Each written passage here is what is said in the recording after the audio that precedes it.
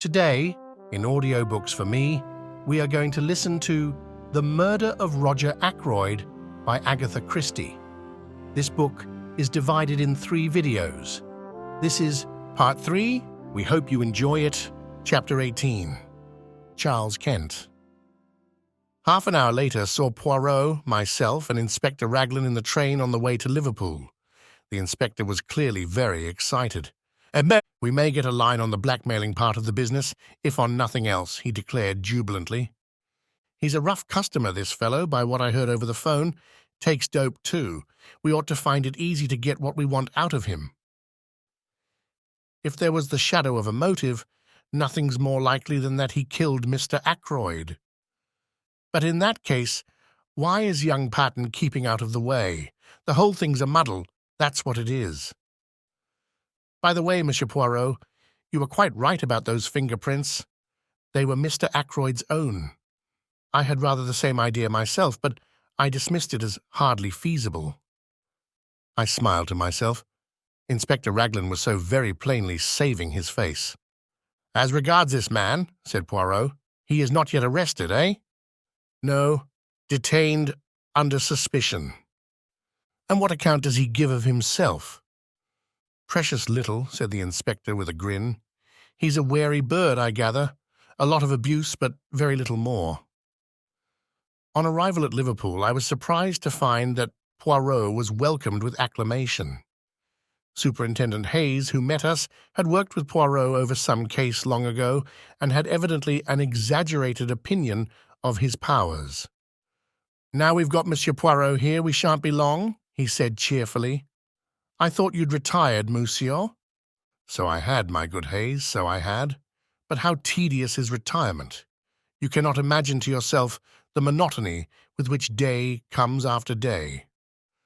Very likely. So you've come to have a look at our own particular find? Is this Dr. Sheppard? Think you'll be able to identify him, sir? I'm not very sure, I said doubtfully. How did you get hold of him? Inquired Poirot. Description was circulated, as you know, in the press and privately. Not much to go on, I admit. This fellow has an American accent, all right, and he doesn't deny that he was near King's Abbot that night, just asks what the hell it is to do with us, and that he'll see us in before he answers any questions. Is it permitted that I, too, see him? Asked Poirot. The superintendent closed one eye knowingly. Very glad to have you, sir. You've got permission to do anything you please. Inspector Japp of Scotland Yard was asking after you the other day. Said he'd heard you were connected unofficially with this case. Where's Captain Peyton hiding, sir? Can you tell me that? I doubt if it would be wise at the present juncture, said Poirot primly, and I bit my lips to prevent a smile. The little man really did it very well. After some further parley, we were taken to interview the prisoner.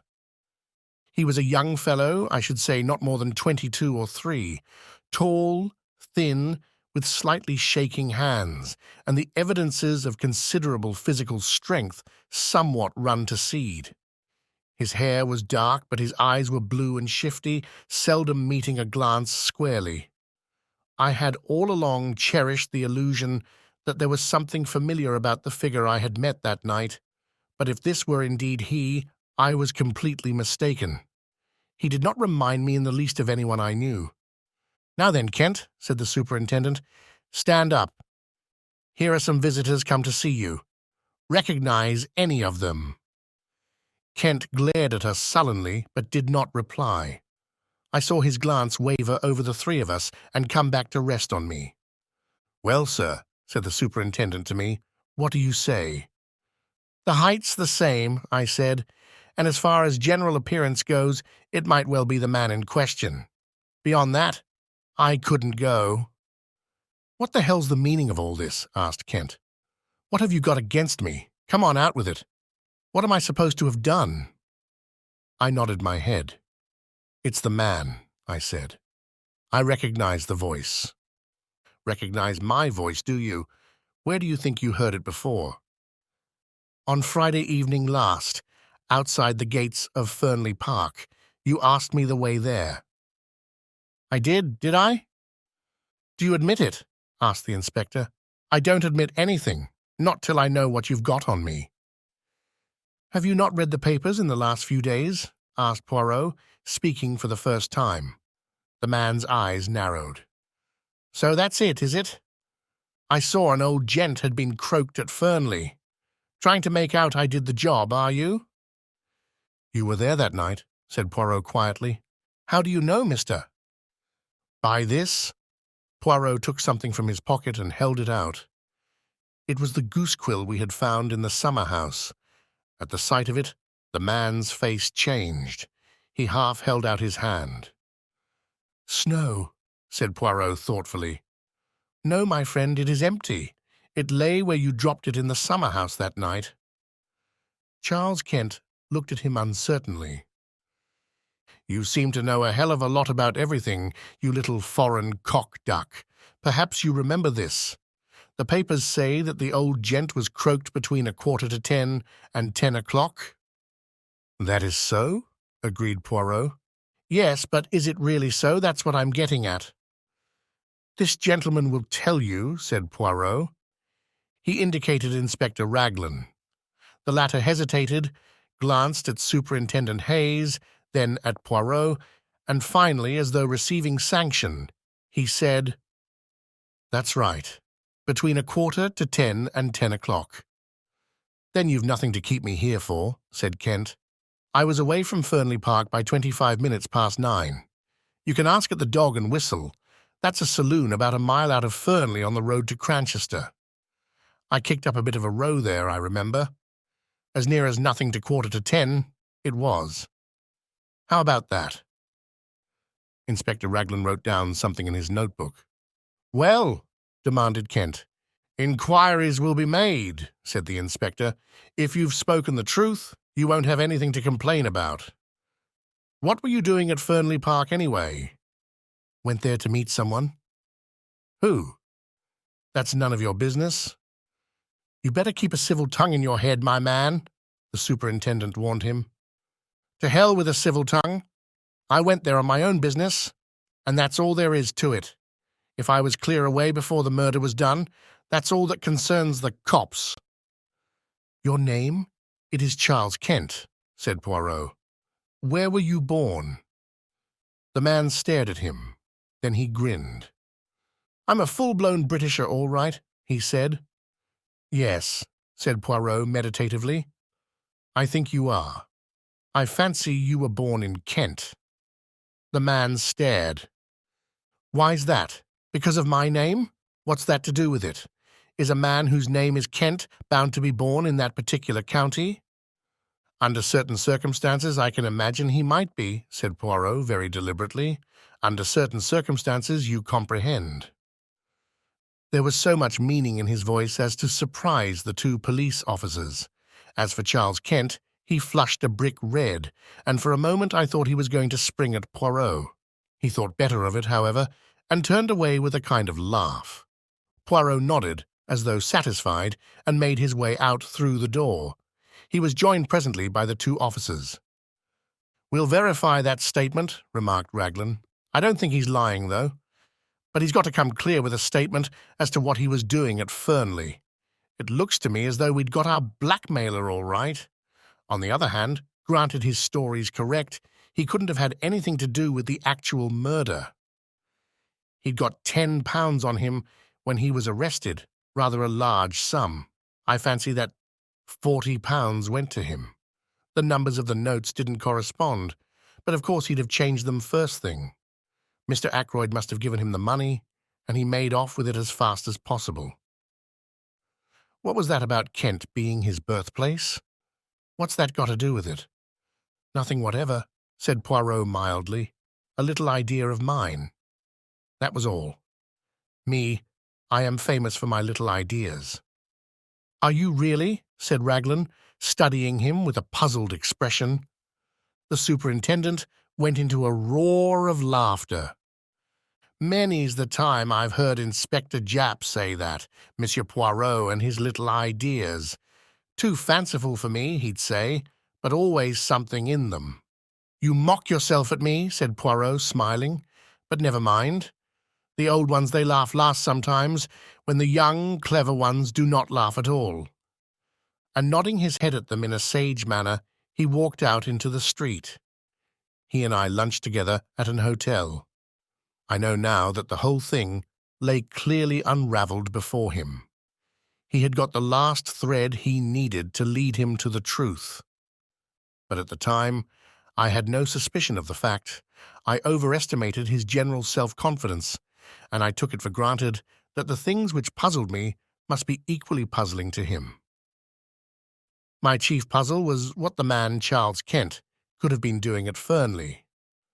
Again and again I put the question to myself and could get no satisfactory reply. At last I ventured a tentative query to Poirot. His reply was immediate. "Mon ami, I do not think I know." "Really?" I said incredulously. "Yes, indeed. I suppose now that to you it would not make sense if I said that he went to Fernley that night because he was born in Kent." I stared at him. "It certainly doesn't seem to make sense to me," I said dryly. "Ah," said Poirot pityingly. "Well, no matter, I have still my little idea." Chapter 19. Flora Ackroyd. As I was returning from my round the following morning, I was hailed by Inspector Raglan. I pulled up, and the inspector mounted on the step. "Good morning, Dr. Sheppard," he said. "Well, that alibi is all right enough." "Charles Kent's?" "Charles Kent's. The barmaid at the Dog and Whistle, Sally Jones, she remembers him perfectly. Picked out his photograph from among 5 others. It was just 9:45 when he came into the bar, and the Dog and Whistle is well over a mile from Fernley Park. The girl mentions that he had a lot of money on him. She saw him take a handful of notes out of his pocket. Rather surprised her, it did, seeing the class of fellow he was with a pair of boots clean dropping off him. That's where that £40 went right enough. The man still refuses to give an account of his visit to Fernley. Obstinate as a mule he is, I had a chat with Hayes at Liverpool over the wire this morning. Hercule Poirot says he knows the reason the man went there that night, I observed. "Does he?" cried the inspector eagerly. "Yes," I said, maliciously. "He says he went there because he was born in Kent." I felt a distinct pleasure in passing on my own discomfiture. Raglan stared at me for a moment or two, uncomprehendingly. Then a grin overspread his weaselly countenance, and he tapped his forehead significantly. "Bit gone here," he said. "I've thought so for some time. Poor old chap. So that's why he had to give up and come down here. In the family, very likely. He's got a nephew who's quite off his crumpet." "Poirot has?" I said, very surprised. "Yes. Hasn't he ever mentioned him to you? Quite docile, I believe, and all that, but mad as a hatter, poor lad." "Who told you that?" Again a grin showed itself on Inspector Raglan's face. "Your sister, Miss Sheppard, she told me all about it. Really, Caroline is amazing. She never rests until she knows the last details of everybody's family secrets. Unfortunately, I have never been able to instill into her the decency of keeping them to herself." "Jump in, Inspector," I said, opening the door of the car. "We'll go up to the Larches together and acquaint our Belgian friend with the latest news." Might as well, I suppose. After all, even if he is a bit balmy, it was a useful tip he gave me about those fingerprints. He's got a bee in his bonnet about the man Kent, but who knows, there may be something useful behind it. Poirot received us with his usual smiling courtesy. He listened to the information we had brought him, nodding his head now and then. "Seems quite okay, doesn't it?" said the inspector rather gloomily. "A chap can't be murdering someone in one place when he's drinking in the bar in another place a mile away. Are you going to release him?" "Don't see what else we can do. We can't very well hold him for obtaining money on false pretenses.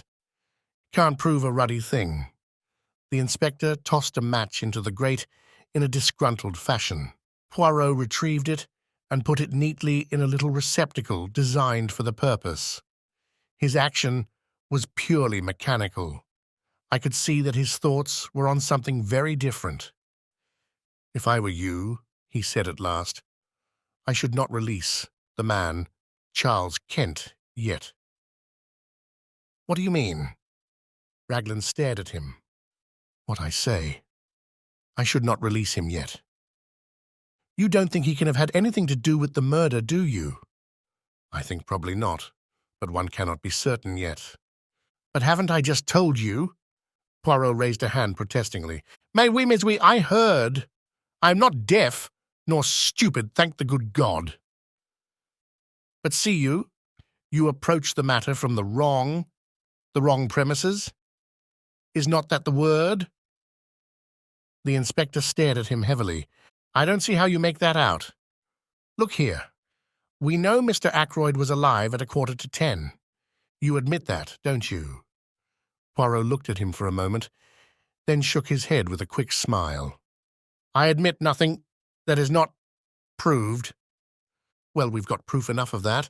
We've got Miss Flora Ackroyd's evidence. That she said good night to her uncle. But me, I do not always believe what a young lady tells me. No, not even when she is charming and beautiful. But hang it all, man, Parker saw her coming out of the door." "No." Poirot's voice rang out with sudden sharpness. "That is just what he did not see. I satisfied myself of that by a little experiment the other day. You remember, Doctor? Parker saw her outside the door, with her hand on the handle. He did not see her come out of the room. But where else could she have been? Perhaps on the stairs." "The stairs? That is my little idea, yes. But those stairs only lead to Mr. Ackroyd's bedroom." "Precisely." And still the inspector stared. "You think she'd been up to her uncle's bedroom? Well, why not? Why should she lie about it?" "Ah, that is just the question. It depends on what she was doing there, does it not?" "You mean the money? Hang it all, you don't suggest that it was Miss Ackroyd who took that £40? "I suggest nothing," said Poirot. "But I will remind you of this. Life was not very easy for that mother and daughter. There were bills. There was constant trouble over small sums of money. Roger Ackroyd was a peculiar man over money matters. The girl might be at her wit's end for a comparatively small sum. Figure to yourself then what happens. She has taken the money. She descends the little staircase. When she is halfway down, she hears the chink of glass from the hall. She has not a doubt of what it is, Parker coming to the study. At all costs, she must not be found on the stairs. Parker will not forget it. He will think it odd. If the money is missed, Parker is sure to remember having seen her come down those stairs. She has just time to rush down to the study door, with her hand on the handle to show that she has just come out, when Parker appears in the doorway. She says the first thing that comes into her head, a repetition of Roger Ackroyd's orders earlier in the evening, and then goes upstairs to her own room." "Yes, but later," persisted the inspector, "she must have realized the vital importance of speaking the truth. Why, the whole case hinges on it." "Afterwards," said Poirot dryly, "it was a little difficult for Mademoiselle Flora. She is told simply that the police are here and that there has been a robbery. Naturally, she jumps to the conclusion that the theft of the money has been discovered. Her one idea is to stick to her story. When she learns that her uncle is dead, she is panic-stricken. Young women do not faint nowadays, monsieur, without considerable provocation. Eh bien, there it is. She is bound to stick to her story or else confess everything, and a young and pretty girl does not like to admit that she is a thief, especially before those whose esteem she is anxious to retain." Raglan brought his fist down with a thump on the table. "I'll not believe it," he said. It's not credible. And you've known this all along." "The possibility has been in my mind from the first," admitted Poirot. "I was always convinced that Mademoiselle Flora was hiding something from us. To satisfy myself, I made the little experiment I told you of. Dr. Sheppard accompanied me." "A test for Parker, you said it was," I remarked bitterly. "Mon ami," said Poirot apologetically. As I told you at the time, one must say something." The inspector rose. "There's only one thing for it," he declared. "We must tackle the young lady right away. You'll come up to Fernley with me, Monsieur Poirot?" "Certainly. Dr. Sheppard will drive us up in his car." I acquiesced willingly. On inquiry for Miss Ackroyd, we were shown into the billiard room. Flora and Major Hector Blunt were sitting on the long window seat.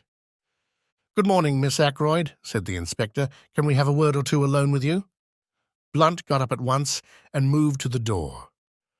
"What is it?" asked Flora nervously. "Don't go, Major Blunt. He can stay, can't he?" she asked, turning to the inspector. "That's as you like," said the inspector dryly. "There's a question or two it's my duty to put to you, miss, but I'd prefer to do so privately, and I dare say you'd prefer it also." Flora looked keenly at him. I saw her face grow whiter. Then she turned and spoke to Blunt. "I want you to stay, please. Yes, I mean it. Whatever the inspector has to say to me, I'd rather you heard it." Raglan shrugged his shoulders. "Well, if you will have it so, that's all there is to it. Now, Miss Ackroyd, Monsieur Poirot here has made a certain suggestion to me. He suggests that you weren't in the study at all last Friday night, that you never saw Mr. Ackroyd to say good night to him, that instead of being in the study, you were on the stairs leading down from your uncle's bedroom when you heard Parker coming across the hall." Flora's gaze shifted to Poirot. He nodded back at her. "Mademoiselle, the other day when we sat round the table, I implored you to be frank with me. What one does not tell to Papa Poirot he finds out. It was that, was it not? See, I will make it easy for you. You took the money, did you not?" "The money?" said Blunt sharply. There was a silence, which lasted for at least a minute. Then Flora drew herself up and spoke. "Monsieur Poirot is right. I took that money. I stole.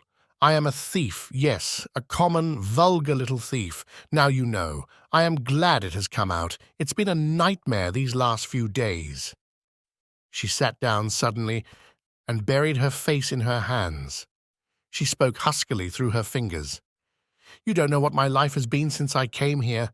Wanting things, scheming for them, lying, cheating, running up bills, promising to pay. Oh, I hate myself when I think of it all. That's what brought us together, Ralph and I. We were both weak. I understood him, and I was sorry, because I'm the same underneath.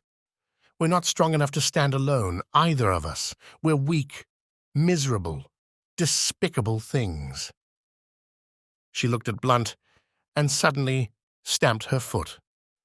"Why do you look at me like that, as though you couldn't believe? I may be a thief, but at any rate I'm real now. I'm not lying anymore. I'm not pretending to be the kind of girl you like, young and innocent and simple. I don't care if you never want to see me again. I hate myself, despise myself, but you've got to believe one thing. If speaking the truth would have made things better for Ralph, I would have spoken out. But I've seen all along that it wouldn't be better for Ralph. It makes the case against him blacker than ever. I was not doing him any harm by sticking to my lie." "Ralph," said Blunt. "I see. Always Ralph." "You don't understand," said Flora hopelessly. "You never will." She turned to the inspector. "I admit everything. I was at my wits' end for money. I never saw my uncle that evening after he left the dinner table. As to the money, you can take what steps you please. Nothing could be worse than it is now." Suddenly she broke down again, hid her face in her hands, and rushed from the room. "Well," said the inspector in a flat tone, "so that's that." He seemed rather at a loss what to do next. Blunt came forward. "Inspector Raglan," he said quietly, "that money was given to me by Mr. Ackroyd for a special purpose. Miss Ackroyd never touched it. When she says she did, she is lying with the idea of shielding Captain Patten. The truth is, as I said, and I am prepared to go into the witness box and swear to it." He made a kind of jerky bow, then turning abruptly, he left the room. Poirot was after him in a flash. He caught the other up in the hall. Monsieur, a moment, I beg of you, if you will be so good. Well, sir? Blunt was obviously impatient.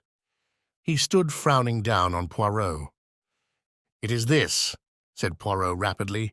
"I am not deceived by your little fantasy. No, indeed. It was truly Miss Flora who took the money. All the same, it is well imagined what you say. It pleases me. It is very good what you have done there. You are a man quick to think and to act." "I'm not in the least anxious for your opinion."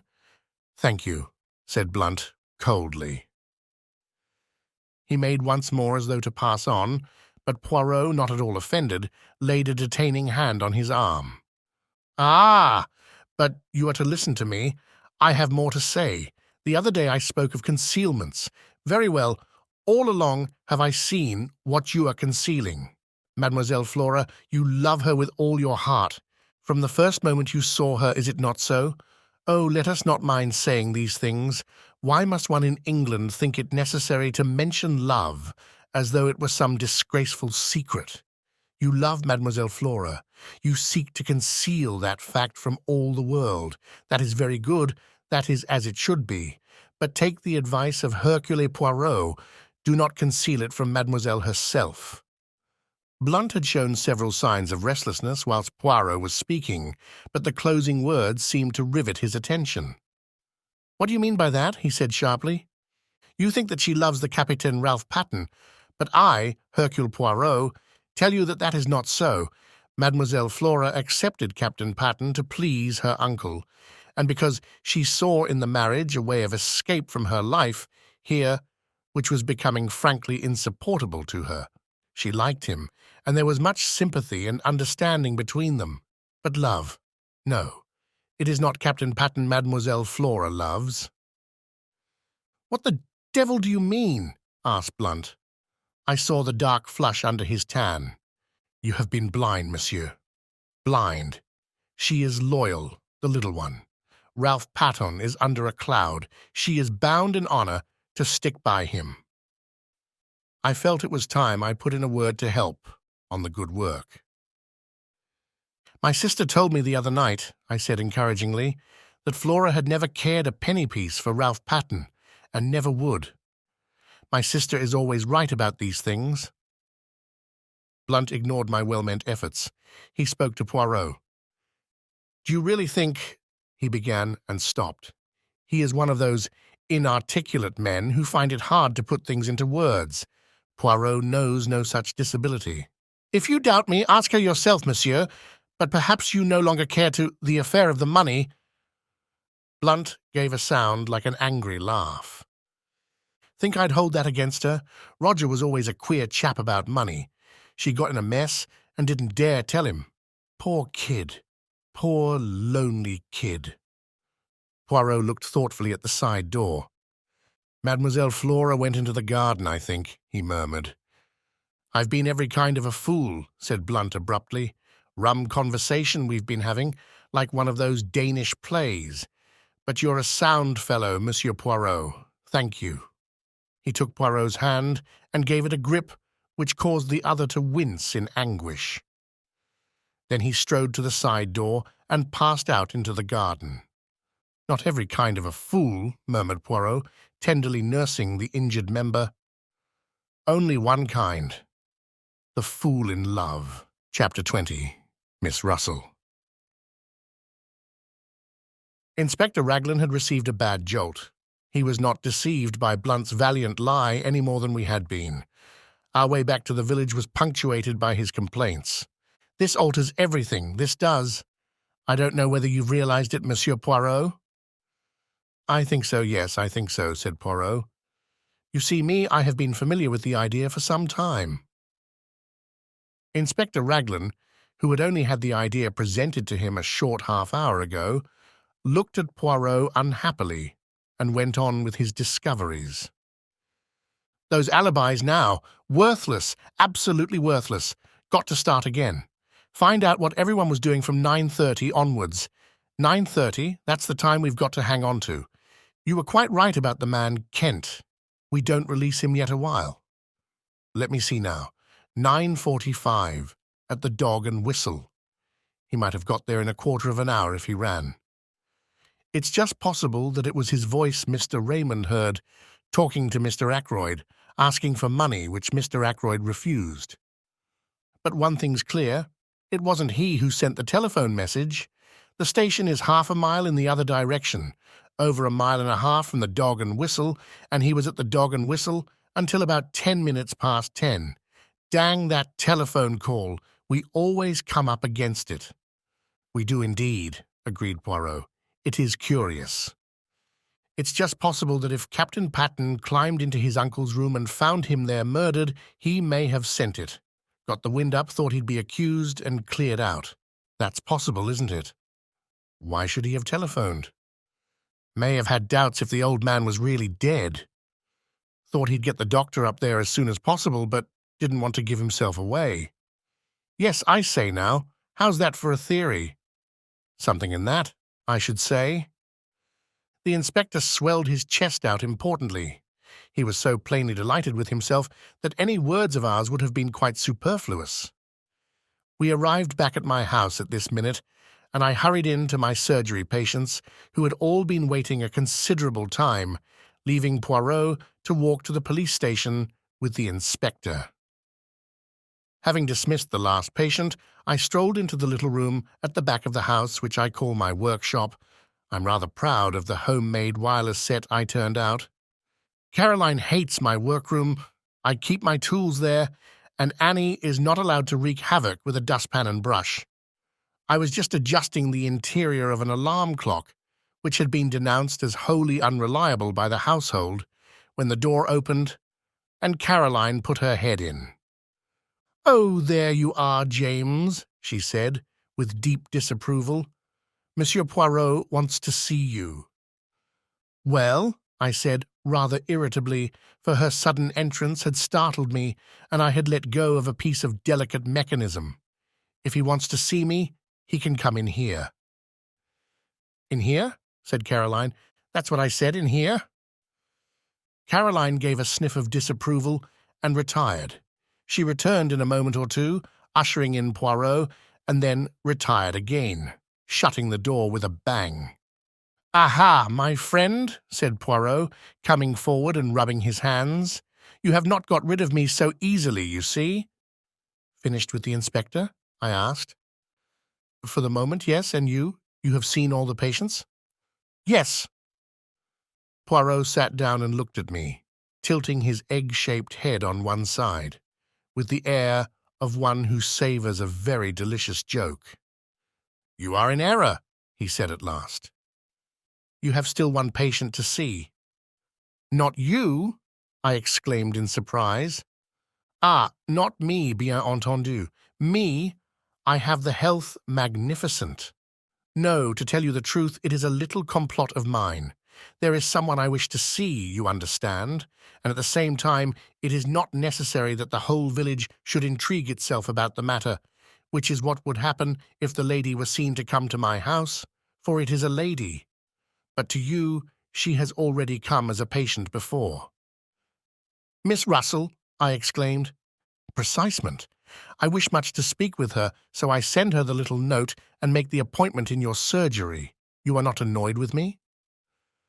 "On the contrary," I said. "That is, presuming I am allowed to be present at the interview?" "But naturally, in your own surgery." "You know," I said, throwing down the pincers I was holding, "it's extraordinarily intriguing, the whole thing. Every new development that arises is like the shake you give to a kaleidoscope. The thing changes entirely in aspect. Now, why are you so anxious to see Miss Russell?" Poirot raised his eyebrows. "Surely it is obvious," he murmured. "There you go again," I grumbled. "According to you, everything is obvious. But you leave me walking about in a fog." Poirot shook his head genially at me. "You mock yourself at me. Take the matter of Mademoiselle Flora. The inspector was surprised, but you were not." "I never dreamed of her being the thief," I expostulated. "That perhaps no. But I was watching your face, and you were not, like Inspector Raglan, startled and incredulous." I thought for a minute or two. "Perhaps you are right," I said at last. All along, I felt that Flora was keeping back something, so the truth, when it came, was subconsciously expected. It upset Inspector Raglan very much indeed, poor man. Ah, poor Sawi. The poor man must rearrange all his ideas. I profited by his state of mental chaos to induce him to grant me a little favour. What was that? Poirot took a sheet of notepaper from his pocket. Some words were written on it, and he read them aloud. The police have, for some days, been seeking for Captain Ralph Patten, the nephew of Mr. Ackroyd of Fernley Park, whose death occurred under such tragic circumstances last Friday. Captain Peyton has been found at Liverpool, where he was on the point of embarking for America. He folded up the piece of paper again. That, my friend, will be in the newspapers tomorrow morning. I stared at him, dumbfounded. But it isn't true. He's not at Liverpool. Poirot beamed on me. You have the intelligence so quick. No, he has not been found at Liverpool. Inspector Raglan was very loath to let me send this paragraph to the press, especially as I could not take him into my confidence. But I assured him most solemnly that very interesting results would follow its appearance in print, so he gave in, after stipulating that he was, on no account, to bear the responsibility. I stared at Poirot. He smiled back at me.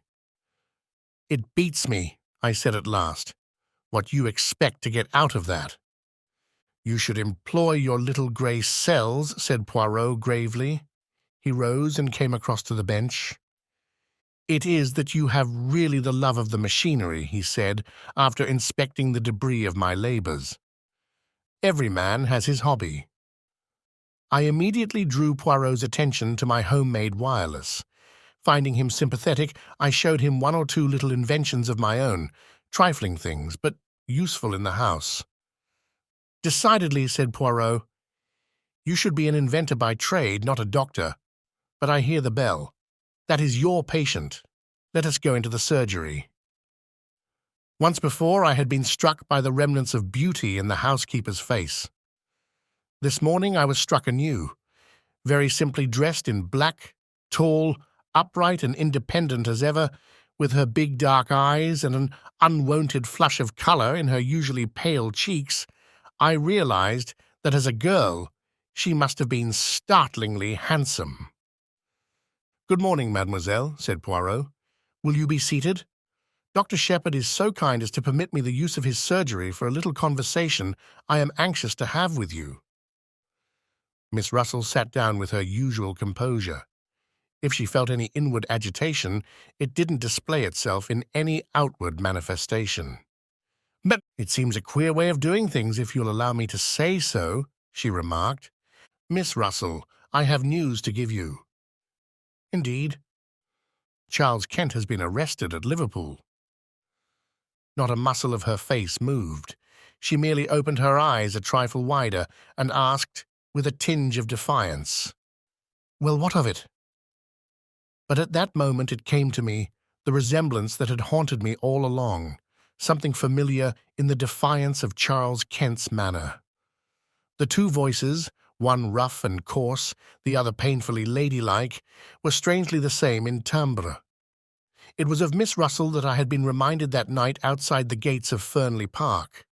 I looked at Poirot full of my discovery, and he gave me an imperceptible nod. In answer to Miss Russell's question, he threw out his hands in a thoroughly French gesture. I thought you might be interested, that is all, he said mildly. Well, I'm not particularly, said Miss Russell. Who is this Charles Kent, anyway? He is a man, mademoiselle, who was at Fernley on the night of the murder. Really? Fortunately for him, he has an alibi. At 9:45 he was at a public house a mile from here. Lucky for him, commented Miss Russell, but we still do not know what he was doing at Fernley, who it was he went to meet, for instance. I'm afraid I can't help you at all, said the housekeeper politely. Nothing came to my ears. If that is all— She made a tentative movement as though to rise. Poirot stopped her. It is not quite all, he said smoothly. This morning, fresh developments have arisen. It seems now that Mr. Ackroyd was murdered, not at 9:45, but before, between 10 minutes to 9, when Dr. Sheppard left, and 9:15. I saw the colour drain from the housekeeper's face, leaving it dead white. She leaned forward, her figure swaying. But Miss Ackroyd Miss Ackroyd has admitted that she was lying. She was never in the study at all that evening. Then it would seem that in this Charles Kent we have the man we are looking for. He came to Fernley, can give no account of what he was doing there. I can tell you what he was doing there. He never touched a hair of old Ackroyd's head. He never went near the study. He didn't do it, I tell you. She was leaning forward. That iron self-control was broken through at last. Terror and desperation were in her face. Monsieur Poirot! Monsieur Poirot! Oh, do believe me! Poirot got up and came to her. He patted her reassuringly on the shoulder. But yes, I will believe. I had to make you speak, you know. For an instant, suspicion flared up in her. Is what you said true? That Charles Kent is suspected of the crime? Yes, that is true. You alone can save him by telling the reason for his being at Fernley. He came to see me. She spoke in a low, hurried voice. I went out to meet him. In the summer house, yes, I know. How do you know? Mademoiselle, it is the business of Hercule Poirot to know things. I know that you went out earlier in the evening, that you left a message in the summer house to say what time you would be there. Yes, I did. I had heard from him, saying he was coming. I dared not let him come to the house. I wrote to the address he gave me and said I would meet him in the summer house, and described it to him so that he would be able to find it. Then I was afraid he might not wait there patiently, and I ran out and left a piece of paper to say I would be there about 10 minutes past 9. I didn't want the servants to see me, so I slipped out through the drawing-room window. As I came back, I met Dr. Sheppard, and I fancied that he would think it queer. I was out of breath, for I had been running. I had no idea that he was expected to dinner that night. She paused. Go on, said Poirot. You went out to meet him at 10 minutes past 9. What did you say to each other? It's difficult. You see, Mademoiselle, said Poirot, interrupting her, in this matter I must have the whole truth. What you tell us need never go beyond these 4 walls. Dr. Sheppard will be discreet, and so shall I. See, I will help you. This Charles Kent, he is your son, is he not? She nodded. The colour had flamed into her cheeks. No one has ever known. It was long ago, down in Kent. I was not married. So you took the name of the county as a surname for him? I understand. I got work. I managed to pay for his board and lodging. I never told him that I was his mother. But he turned out badly. He drank, then took to drugs. I managed to pay his passage out to Canada. I didn't hear of him for a year or 2, then somehow or other he found out that I was his mother. He wrote asking me for money. Finally, I heard from him back in this country again. He was coming to see me at Fernley, he said. I dared not let him come to the house. I have always been considered so very respectable. If anyone got an inkling, it would have been all up with my post as housekeeper, so I wrote to him in the way I have just told you. And in the morning, you came to see Dr. Sheppard? Yes, I wondered if something could be done. He was not a bad boy before he took to drugs. I see, said Poirot. Now let us go on with the story. He came that night to the summer house? Yes, he was waiting for me when I got there. He was very rough and abusive. I'd brought with me all the money I had, and I gave it to him. We talked a little, and then he went away. What time was that? It must have been between 20 and 25 minutes past 9. It was not yet 1/2 when I got back to the house. Which way did he go? Straight out the same way he came, by the path that joined the drive just inside the lodge gates.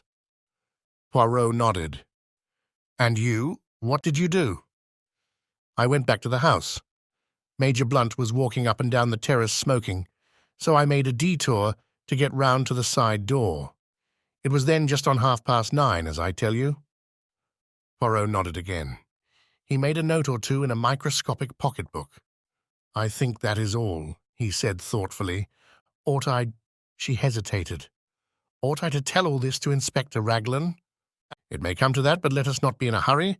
Let us proceed slowly, with due order and method. Charles Kent is not yet formally charged with murder. Circumstances may arise which will render your story unnecessary. Miss Russell rose. Thank you very much, Monsieur Poirot, she said. You have been very kind indeed. You do believe me, don't you? That Charles had nothing to do with this wicked murder.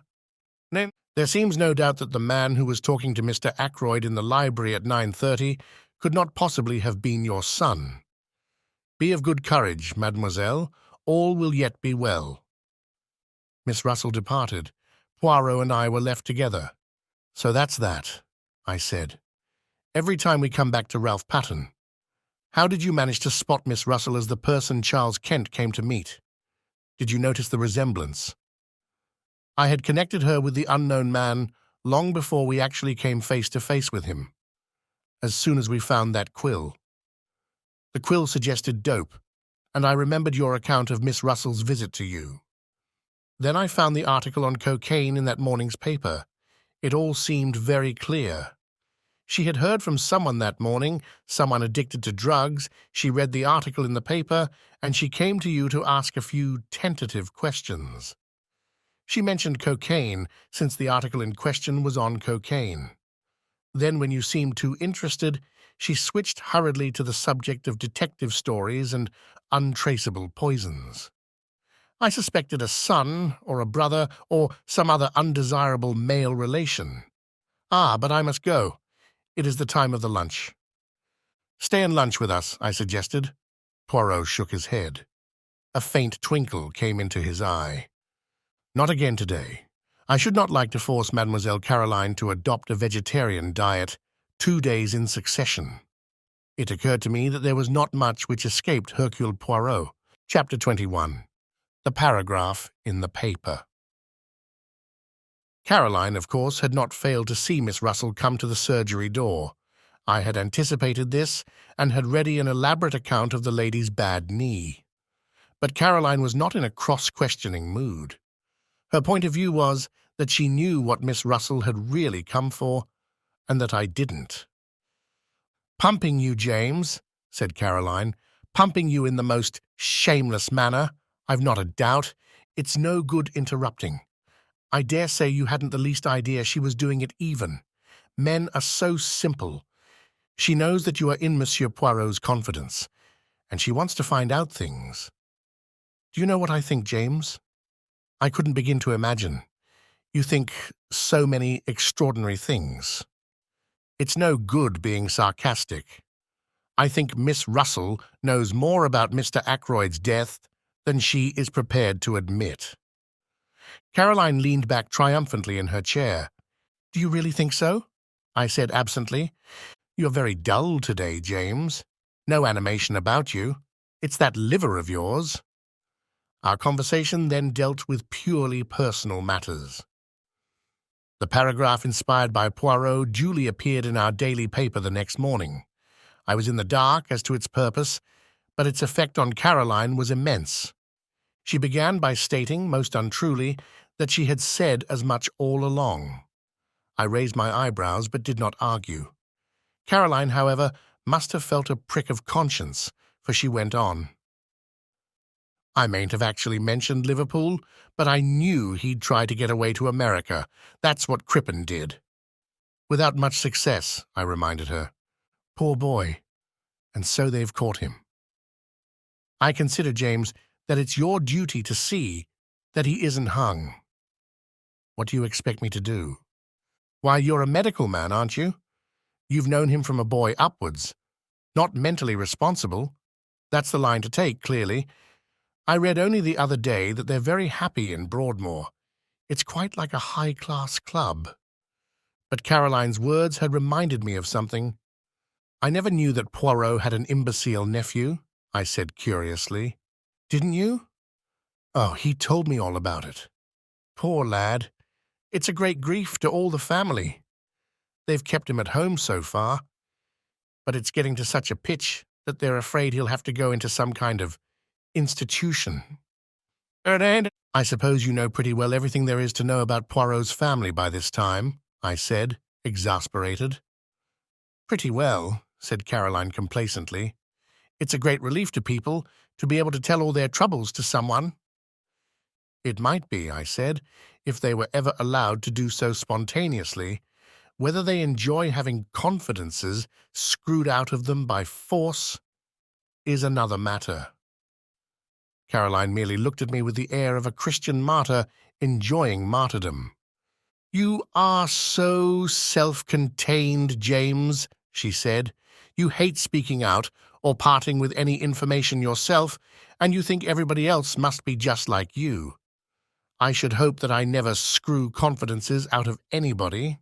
For instance, if Monsieur Poirot comes in this afternoon, as he said he might do, I shall not dream of asking him who it was arrived at his house early this morning."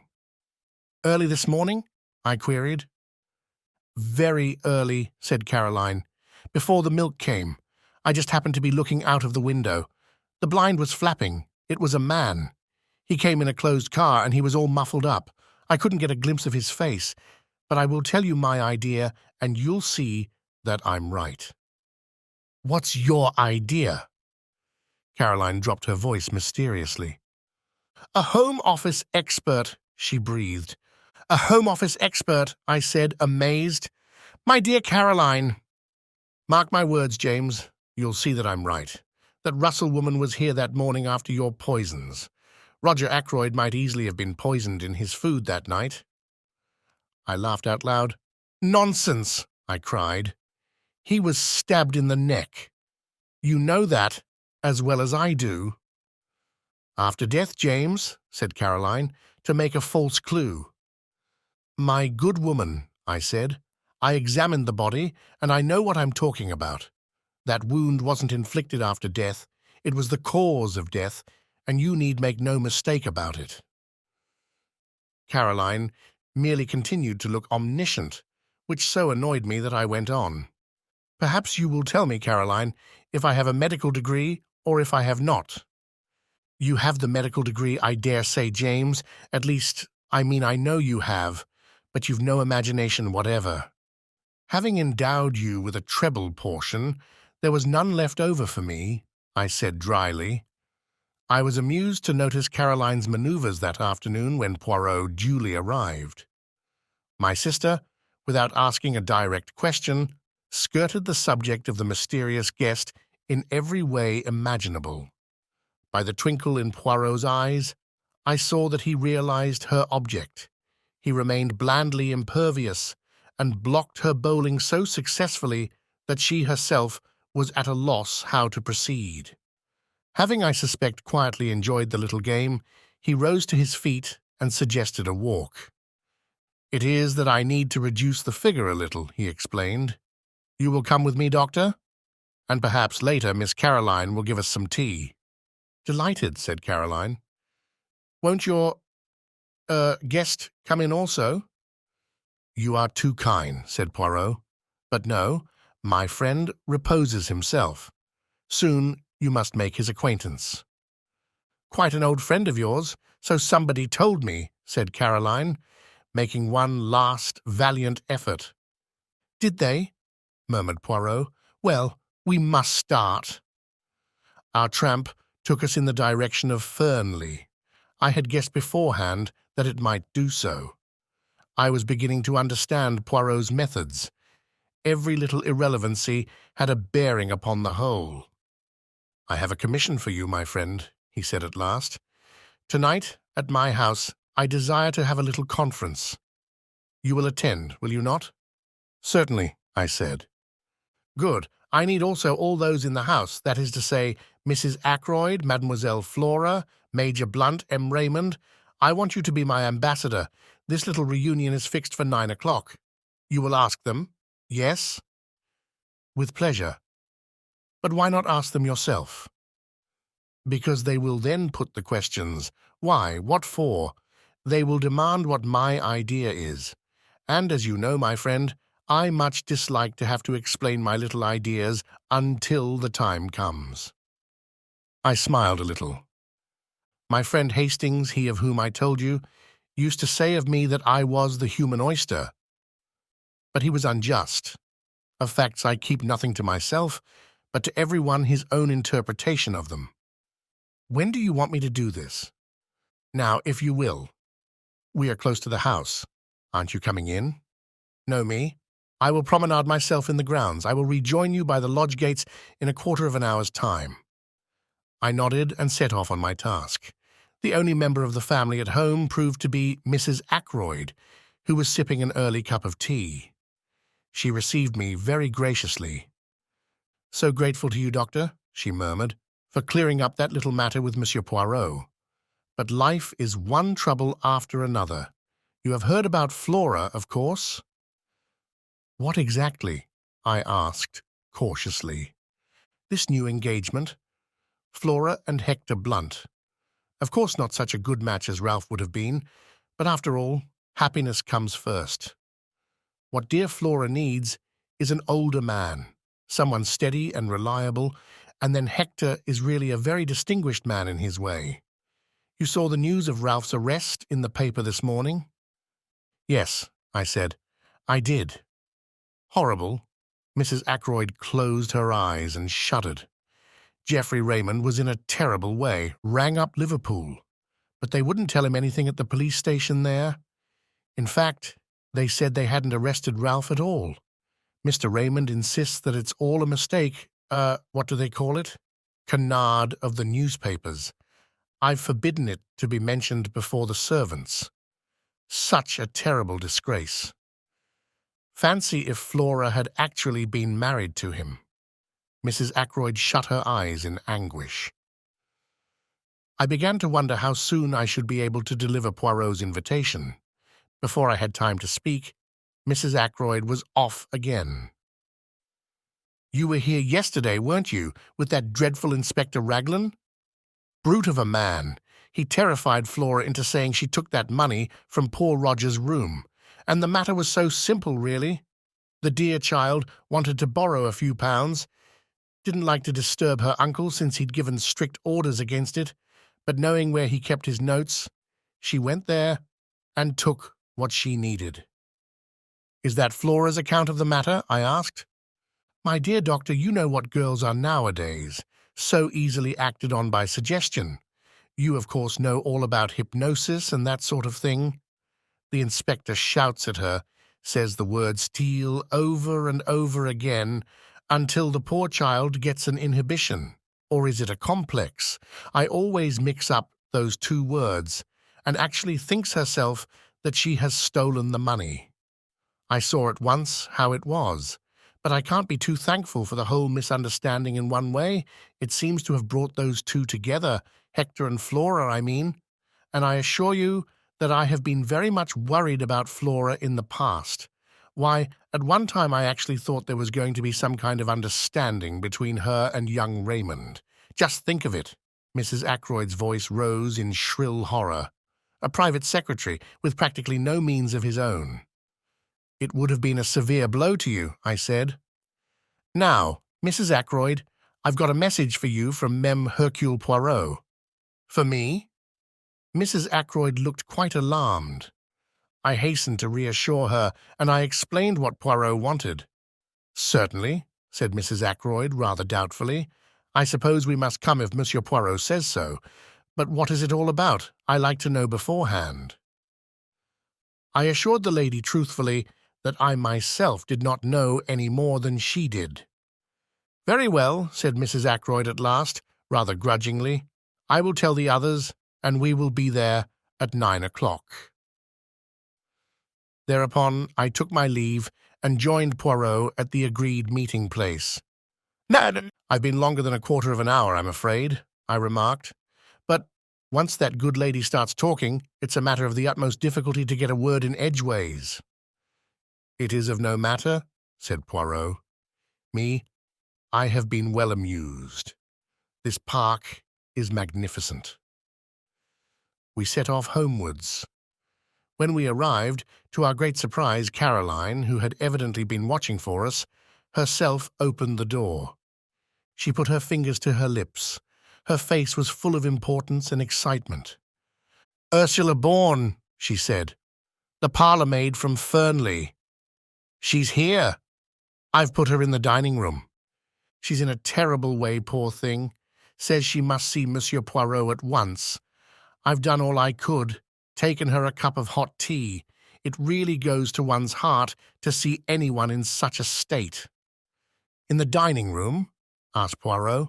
"This way," I said, and flung open the door. Ursula Bourne was sitting by the table. Her arms were spread out in front of her, and she had evidently just lifted her head from where it had been buried. Her eyes were red with weeping. "Ursula Bourne," I murmured, but Poirot went past me with outstretched hands. "No," he said, "that is not quite right, I think. It is not Ursula Bourne, is it, my child, but Ursula Patten. Mrs. Ralph Peyton, Chapter 22.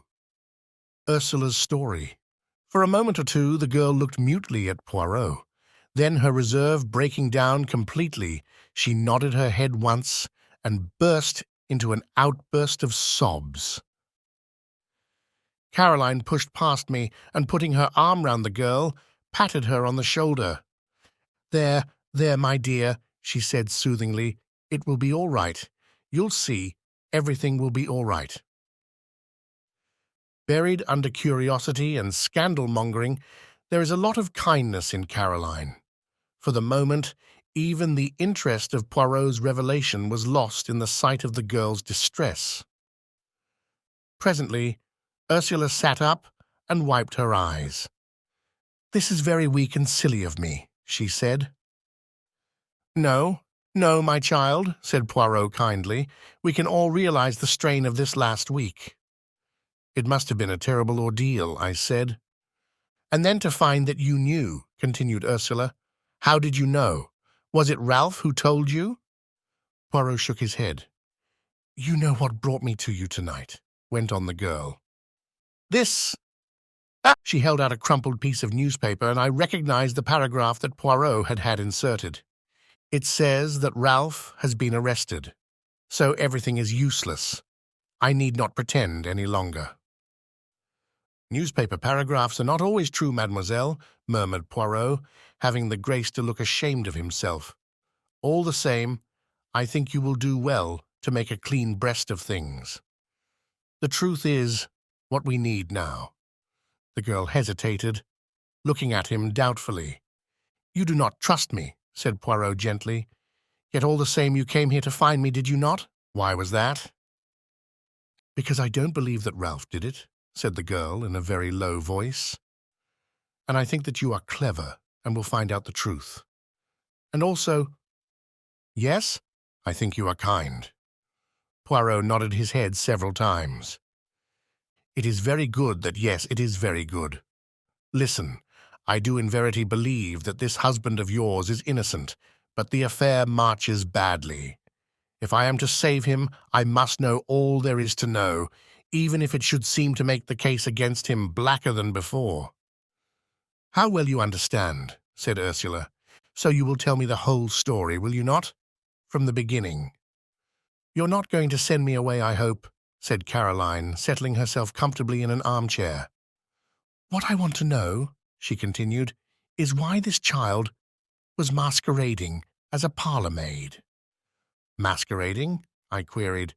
"That's what I said. Why did you do it, child? For a wager?" "For a living," said Ursula dryly, and encouraged, she began the story which I reproduce here in my own words. Ursula Bourne, it seemed, was one of a family of 7 impoverished Irish gentlefolk. On the death of her father, most of the girls were cast out into the world to earn their own living. Ursula's eldest sister was married to Captain Folliot. It was she whom I had seen that Sunday, and the cause of her embarrassment was clear enough now. Determined to earn her living and not attracted to the idea of being a nursery governess, the one profession open to an untrained girl, Ursula preferred the job of parlour-maid. She scorned to label herself a lady parlour-maid. She would be the real thing, her reference being supplied by her sister. At Fernley, despite an aloofness which, as has been seen, caused some comment, she was a success at her job, quick, competent, and thorough. I enjoyed the work, she explained, and I had plenty of time to myself. And then came her meeting with Ralph Patten and the love affair which culminated in a secret marriage. Ralph had persuaded her into that, somewhat against her will. He had declared that his stepfather would not hear of his marrying a penniless girl. Better to be married secretly, and break the news to him at some later and more favourable minute. And so the deed was done, and Ursula Bourne became Ursula Patton. Ralph had declared that he meant to pay off his debts, find a job, and then, when he was in a position to support her and independent of his adopted father, they would break the news to him. But to people like Ralph Patten, turning over a new leaf is easier in theory than in practice. He hoped that his stepfather, whilst still in ignorance of the marriage, might be persuaded to pay his debts and put him on his feet again. But the revelation of the amount of Ralph's liabilities merely enraged Roger Ackroyd, and he refused to do anything at all. Some months passed, and then Ralph was bidden once more to Fernley. Roger Ackroyd did not beat about the bush. It was the desire of his heart that Ralph should marry Flora, and he put the matter plainly before the young man. And here it was that the innate weakness of Ralph Patten showed itself. As always, he grasped at the easy, the immediate solution. As far as I could make out, neither Flora nor Ralph made any pretense of love. It was on both sides a business arrangement. Roger Ackroyd dictated his wishes, they agreed to them. Flora accepted a chance of liberty, money, and an enlarged horizon. Ralph, of course, was playing a different game. But he was in a very awkward hole financially. He seized at the chance. His debts would be paid. He could start again with a clean sheet. His was not a nature to envisage the future, but I gather that he saw vaguely the engagement with Flora being broken off after a decent interval had elapsed. Both Flora and he stipulated that it should be kept a secret for the present. He was anxious to conceal it from Ursula. He felt instinctively that her nature, strong and resolute, with an inherent distaste for duplicity, was not one to welcome such a course. Then came the crucial moment when Roger Ackroyd, always high-handed, decided to announce the engagement. He said no word of his intention to Ralph, only to Flora, and Flora, apathetic, raised no objection. On Ursula, the news fell like a bombshell. Summoned by her, Ralph came hurriedly down, from town. They met in the wood, where part of their conversation was overheard by my sister. Ralph implored her to keep silent for a little while longer.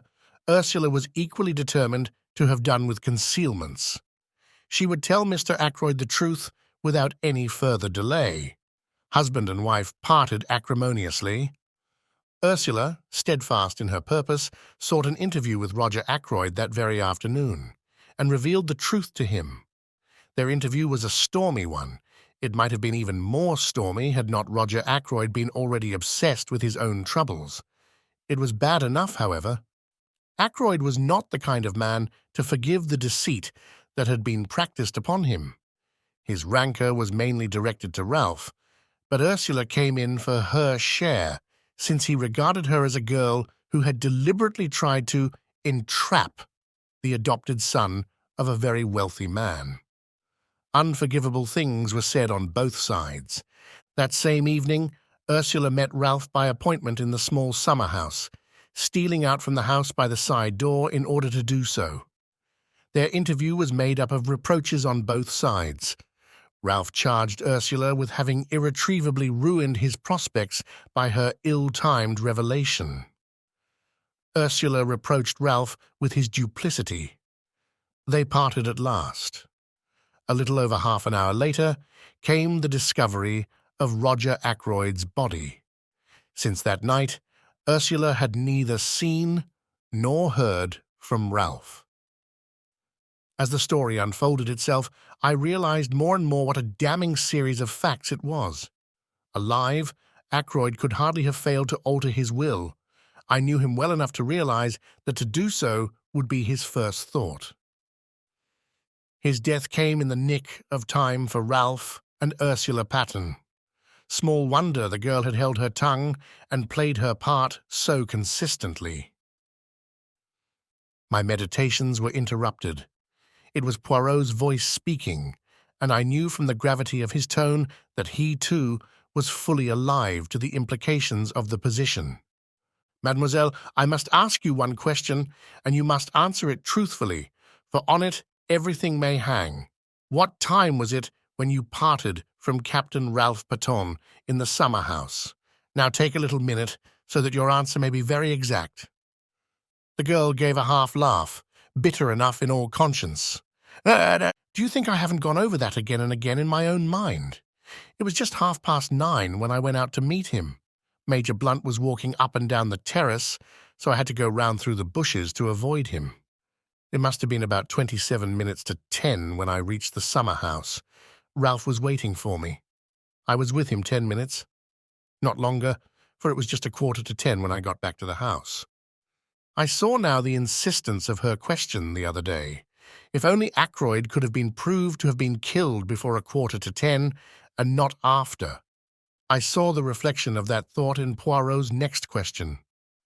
Who left the summer house first? I did. Leaving Ralph Patten in the summer house? Yes, but you don't think... Mademoiselle, it is of no importance what I think. What did you do when you got back to the house? I went up to my room. And stayed there until when? Until about 10 o'clock. Is there anyone who can prove that? Prove? That I was in my room, you mean? Oh, no. But surely, oh, I see, they might think... I saw the dawning horror in her eyes. Poirot finished the sentence for her. That it was you who entered by the window and stabbed Mr. Ackroyd as he sat in his chair? Yes, they might think just that. Nobody but a fool would think any such thing, said Caroline indignantly. She patted Ursula on the shoulder. The girl had her face hidden in her hands. Horrible, she was murmuring. Horrible. Caroline gave her a friendly shake. Don't worry, my dear, she said. Monsieur Poirot doesn't think that really. As for that husband of yours, I don't think much of him, and I tell you so candidly, running away and leaving you to face the music. But Ursula shook her head energetically. Oh, no, she cried. It wasn't like that at all. Ralph would not run away on his own account. I see now. If he heard of his stepfather's murder, he might think himself that I had done it. He wouldn't think any such thing, said Caroline. I was so cruel to him that night, so hard and bitter. I wouldn't listen to what he was trying to say, wouldn't believe that he really cared. I just stood there telling him what I thought of him, and saying the coldest, cruelest things that came into my mind, trying my best to hurt him. Do him no harm, said Caroline. Never worry about what you say to a man. They're so conceited that they never believe you mean it, if it's unflattering. Ursula went on, nervously twisting and untwisting her hands. When the murder was discovered and he didn't come forward, I was terribly upset. Just for a moment I wondered, but then I knew he couldn't. He couldn't, but I wished he would come forward and say openly that he'd had nothing to do with it. I knew that he was very fond of Dr. Sheppard, and I fancied that perhaps Dr. Sheppard might know where he was hiding. She turned to me. That's why I said what I did to you that day. I thought, if you knew where he was, you might pass on the message to him. I exclaimed. Why should James know where he was? Demanded Caroline sharply. It was very unlikely, I know, admitted Ursula, but Ralph had often spoken of Dr. Sheppard, and I knew that he would be likely to consider him as his best friend in King's Abbot. "My dear child," I said, "I have not the least idea where Ralph Patten is at the present moment." "That is true enough," said Poirot. "But—" Ursula held out the newspaper cutting in a puzzled fashion. "Ah, that?" said Poirot, slightly embarrassed. "A bagatelle, mademoiselle?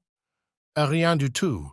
Not for a moment do I believe that Ralph Patten has been arrested." "But then—" began the girl slowly. Poirot went on quickly. "There is one thing I should like to know. Did Captain Peyton wear shoes or boots that night?" Ursula shook her head. "I can't remember." "A pity. But how should you? Now, madame?" He smiled at her, his head on one side, his forefinger wagging eloquently. "No questions. And do not torment yourself. Be of good courage, and place your faith in Hercule Poirot." Chapter 23. Poirot's Little Reunion. "And now," said Caroline, rising, "that child is coming upstairs to lie down. Don't you worry, my dear. Monsieur Poirot will do everything he can for you. Be sure of that." "I ought to go back to Fernley," said Ursula uncertainly, but Caroline silenced her protests with a firm hand. "Nonsense. You're in my hands for the time being. You'll stay here for the present anyway. Eh, Monsieur Poirot?" "It will be the best plan," agreed the little Belgian. "This evening I shall want Mademoiselle, I beg her pardon, madame, to attend my little reunion, 9 o'clock at my house. It is most necessary that she should be there." Caroline nodded and went with Ursula out of the room. The door shut behind them. Poirot dropped down into a chair again. "So far, so good," he said. "Things are straightening themselves out." "They're getting to look blacker and blacker against Ralph Patten," I observed gloomily. Poirot nodded. "Yes, that is so. But it was to be expected, was it not?" I looked at him, slightly puzzled by the remark. He was leaning back in the chair, his eyes half closed, the tips of his fingers just touching each other. Suddenly he sighed and shook his head. "What is it?" I asked. "It is that there are moments when a great longing for my friend Hastings comes over me. That is the friend of whom I spoke to you, the one who resides now in the Argentine. Always, when I have had a big case, he has been by my side. And he has helped me, yes, often he has helped me. For he had a knack, that one, of stumbling over the truth unawares, without noticing it himself, bien entendu. At times he has said something particularly foolish, and behold, that foolish remark has revealed the truth to me. And then, too, it was his practice to keep a written record of the cases that proved interesting." I gave a slight embarrassed cough. "As far as that goes," I began, and then stopped. Poirot sat upright in his chair. His eyes sparkled. "But yes, what is it that you would say?" "Well, as a matter of fact, I've read some of Captain Hastings's narratives, and I thought, why not try my hand at something of the same kind? Seemed a pity not to. Unique opportunity, probably the only time I'll be mixed up with anything of this kind." I felt myself getting hotter and more incoherent, as I floundered through the above speech. Poirot sprang from his chair. I had a moment's terror that he was going to embrace me French fashion, but mercifully he refrained. "But this is magnificent. You have then written down your impressions of the case as you went along?" I nodded. "Épatant!" cried Poirot. "Let me see them, this instant." I was not quite prepared for such a sudden demand. I racked my brains to remember certain details. "I hope you won't mind," I stammered. "I may have been a little, personal now and then." "Oh, I comprehend perfectly. You have referred to me as comic, as perhaps ridiculous now and then. It matters not at all. Hastings, he also was not always polite. Me, I have the mind above such trivialities." Still somewhat doubtful, I rummaged in the drawers of my desk and produced an untidy pile of manuscript which I handed over to him. With an eye on possible publication in the future, I had divided the work into chapters, and the night before, I had brought it up to date with an account of Miss Russell's visit. Poirot had therefore 20 chapters. I left him with them. I was obliged to go out to a case at some distance away, and it was past 8 o'clock when I got back, to be greeted with a plate of hot dinner on a tray, and the announcement that Poirot and my sister had supped together at 7:30, and that the former had then gone to my workshop to finish his reading of the manuscript. "I hope, James," said my sister, "that you've been careful in what you say about me in it." My jaw dropped. I had not been careful at all. "Not that it matters very much," said Caroline, reading my expression correctly. "Monsieur Poirot will know what to think. He understands me much better than you do." I went into the workshop. Poirot was sitting by the window. The manuscript lay neatly piled on a chair beside him. He laid his hand on it and spoke. "Eh bien," he said, "I congratulate you on your modesty." "Oh," I said, rather taken aback, "and on your reticence," he added. I said, "Oh," again. "Not so did Hastings write," continued my friend. "On every page many, many times was the word I. What he thought, what he did. But you have kept your personality in the background. Only once or twice does it obtrude, in scenes of home life, shall we say." I blushed a little before the twinkle in his eye. "What do you really think of the stuff?" I asked nervously. "You want my candid opinion?" "Yes." Poirot laid his jesting manner aside. "A very meticulous and accurate account," he said kindly. "You have recorded all the facts faithfully and exactly, though you have shown yourself becomingly reticent as to your own share in them. And it has helped you?" "Yes. I may say that it has helped me considerably. Come, we must go over to my house and set the stage for my little performance." Caroline was in the hall. I think she hoped that she might be invited to accompany us. Poirot dealt with the situation tactfully. "I should much like to have had you present, mademoiselle," he said regretfully. "But at this juncture it would not be wise. See you, all these people tonight are suspects. Amongst them, I shall find the person who killed Mr. Ackroyd." "You really believe that?" I said incredulously. "I see that you do not," said Poirot dryly. "Not yet do you appreciate Hercule Poirot at his true worth." At that minute, Ursula came down the staircase. "You are ready, my child," said Poirot. "That is good. We will go to my house together. Mademoiselle Caroline, believe me, I do everything possible to render you service. Good evening." We went out, leaving Caroline, rather like a dog who has been refused a walk, standing on the front doorstep, gazing after us. The sitting room at the Larches had been got ready. On the table were various syrups and glasses, also a plate of biscuits. Several chairs had been brought in from the other room.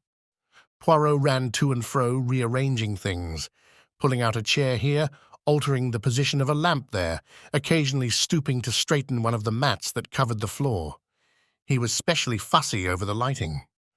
The lamps were arranged in such a way as to throw a clear light on the side of the room where the chairs were grouped, at the same time leaving the other end of the room, where I presumed Poirot himself would sit, in a dim twilight. Ursula and I watched him. Presently a bell was heard. "They arrive," said Poirot. "Good. All is in readiness." The door opened, and the party from Fernley filed in. Poirot went forward and greeted Mrs. Ackroyd and Flora.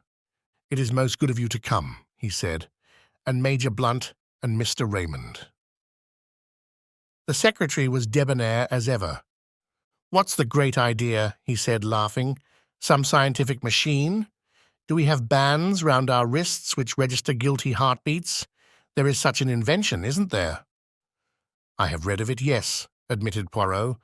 "But me, I am old-fashioned. I use the old methods. I work only with the little grey cells. Now let us begin. But first, I have an announcement to make to you all." He took Ursula's hand and drew her forward. "This lady is Mrs. Ralph Peyton. She was married to Captain Peyton last March." A little shriek burst from Mrs. Ackroyd. "Ralph married last March! Oh, but it's absurd! How could he be?" She stared at Ursula as though she had never seen her before. "Married to Bourne," she said. "Really, Monsieur Poirot, I don't believe you." Ursula flushed and began to speak, but Flora forestalled her. Going quickly to the other girl's side, she passed her hand through her arm. "You must not mind our being surprised," she said. "You see, we had no idea of such a thing. You and Ralph have kept your secret very well. I am very glad about it." "You are very kind, Miss Ackroyd," said Ursula in a low voice, "and you have every right to be exceedingly angry. Ralph behaved very badly, especially to you." "You needn't worry about that," said Flora, giving her arm a consoling little pat. "Ralph was in a corner and took the only way out. I should probably have done the same in his place. I do think he might have trusted me with the secret, though. I wouldn't have let him down." Poirot rapped gently on a table and cleared his throat significantly. "The board meeting's going to begin," said Flora. "Monsieur Poirot hints that we mustn't talk, but just tell me one thing. Where is Ralph? You must know if anyone does." "But I don't," cried Ursula, almost in a wail. "That's just it, I don't." "Isn't he detained at Liverpool?" asked Raymond. "It said so in the paper." "He is not at Liverpool," said Poirot shortly. "In fact," I remarked, "no one knows where he is." "Excepting Hercule Poirot, eh?" said Raymond. Poirot replied seriously to the other's banter. "Me, I know everything. Remember that." Geoffrey Raymond lifted his eyebrows. "Everything?" He whistled. "Whew! That's a tall order." "Do you mean to say you can really guess where Ralph Peyton is hiding?" I asked incredulously. "You call it guessing. I call it knowing, my friend." "In Cranchester?" I hazarded. "No," replied Poirot gravely. "Not in Cranchester?" He said no more, but at a gesture from him the assembled party took their seats. As they did so, the door opened once more, and two other people came in and sat down near the door. They were Parker and the housekeeper. "The number is complete," said Poirot. "Everyone is here." There was a ring of satisfaction in his tone, and with the sound of it I saw a ripple of something like uneasiness pass over all those faces grouped at the other end of the room. There was a suggestion in all this as of a trap that had closed. Poirot read from a list in an important manner. Mrs. Ackroyd, Miss Flora Ackroyd, Major Blunt, Mr. Geoffrey Raymond, Mrs. Ralph Peyton, John Parker, Elizabeth Russell. He laid the paper down on the table. "What's the meaning of all this?" began Raymond. "The list I have just read," said Poirot, "is a list of suspected persons. Every one of you present had the opportunity to kill Mr. Ackroyd." With a cry, Mrs. Ackroyd sprang up, her throat working. "I don't like it," she wailed. "I don't like it. I would much prefer to go home." "You cannot go home, madame," said Poirot sternly, "until you have heard what I have to say." He paused a moment, then cleared his throat. "I will start at the beginning. When Miss Ackroyd asked me to investigate the case, I went up to Fernley Park with the good Dr. Sheppard. I walked with him along the terrace, where I was shown the footprints on the window-sill. From there, Inspector Ragland took me along the path which leads to the drive. My eye was caught by a little summer-house, and I searched it thoroughly. I found two things, a scrap of starched cambric and an empty goose-quill. The scrap of cambric immediately suggested to me a maid's apron. When Inspector Ragland showed me his list of the people in the house, I noticed at once that one of the maids, Ursula Bourne, the parlour-maid, had no real alibi. According to her own story, she was in her bedroom from 9:30 until 10. But supposing that instead she was in the summer-house, if so, She must have gone there to meet someone. Now we know from Dr. Sheppard that someone from outside did come to the house that night, the stranger whom he met just by the gate. At a first glance, it would seem that our problem was solved, and that the stranger went to the summer house to meet Ursula Bourne. It was fairly certain that he did go to the summer house because of the goose quill. That suggested at once to my mind a taker of drugs, and one who had acquired the habit on the other side of the Atlantic, where sniffing's no is more common than in this country. The man whom Dr. Sheppard met had an American accent, which fitted in with that supposition. But I was held up by one point. The times did not fit. Ursula Bourne could certainly not have gone to the summer house before 9:30, whereas the man must have got there by a few minutes past 9. I could, of course, assume that he waited there for half an hour. The only alternative supposition was that there had been 2 separate meetings in the summer house that night. Eh bien, as soon as I went into that alternative, I found several significant facts. I discovered that Miss Russell, the housekeeper, had visited Dr. Sheppard that morning and had displayed a good deal of interest in cures for victims of the drug habit.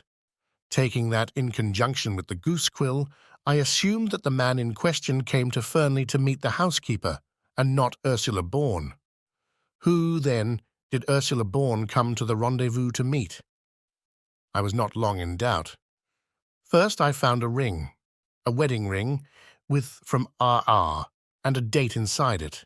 Then I learnt that Ralph Peyton had been seen coming up the path which led to the summer house at 25 minutes past 9, and I also heard of a certain conversation which had taken place in the wood near the village that very afternoon, a conversation between Ralph Peyton and some unknown girl.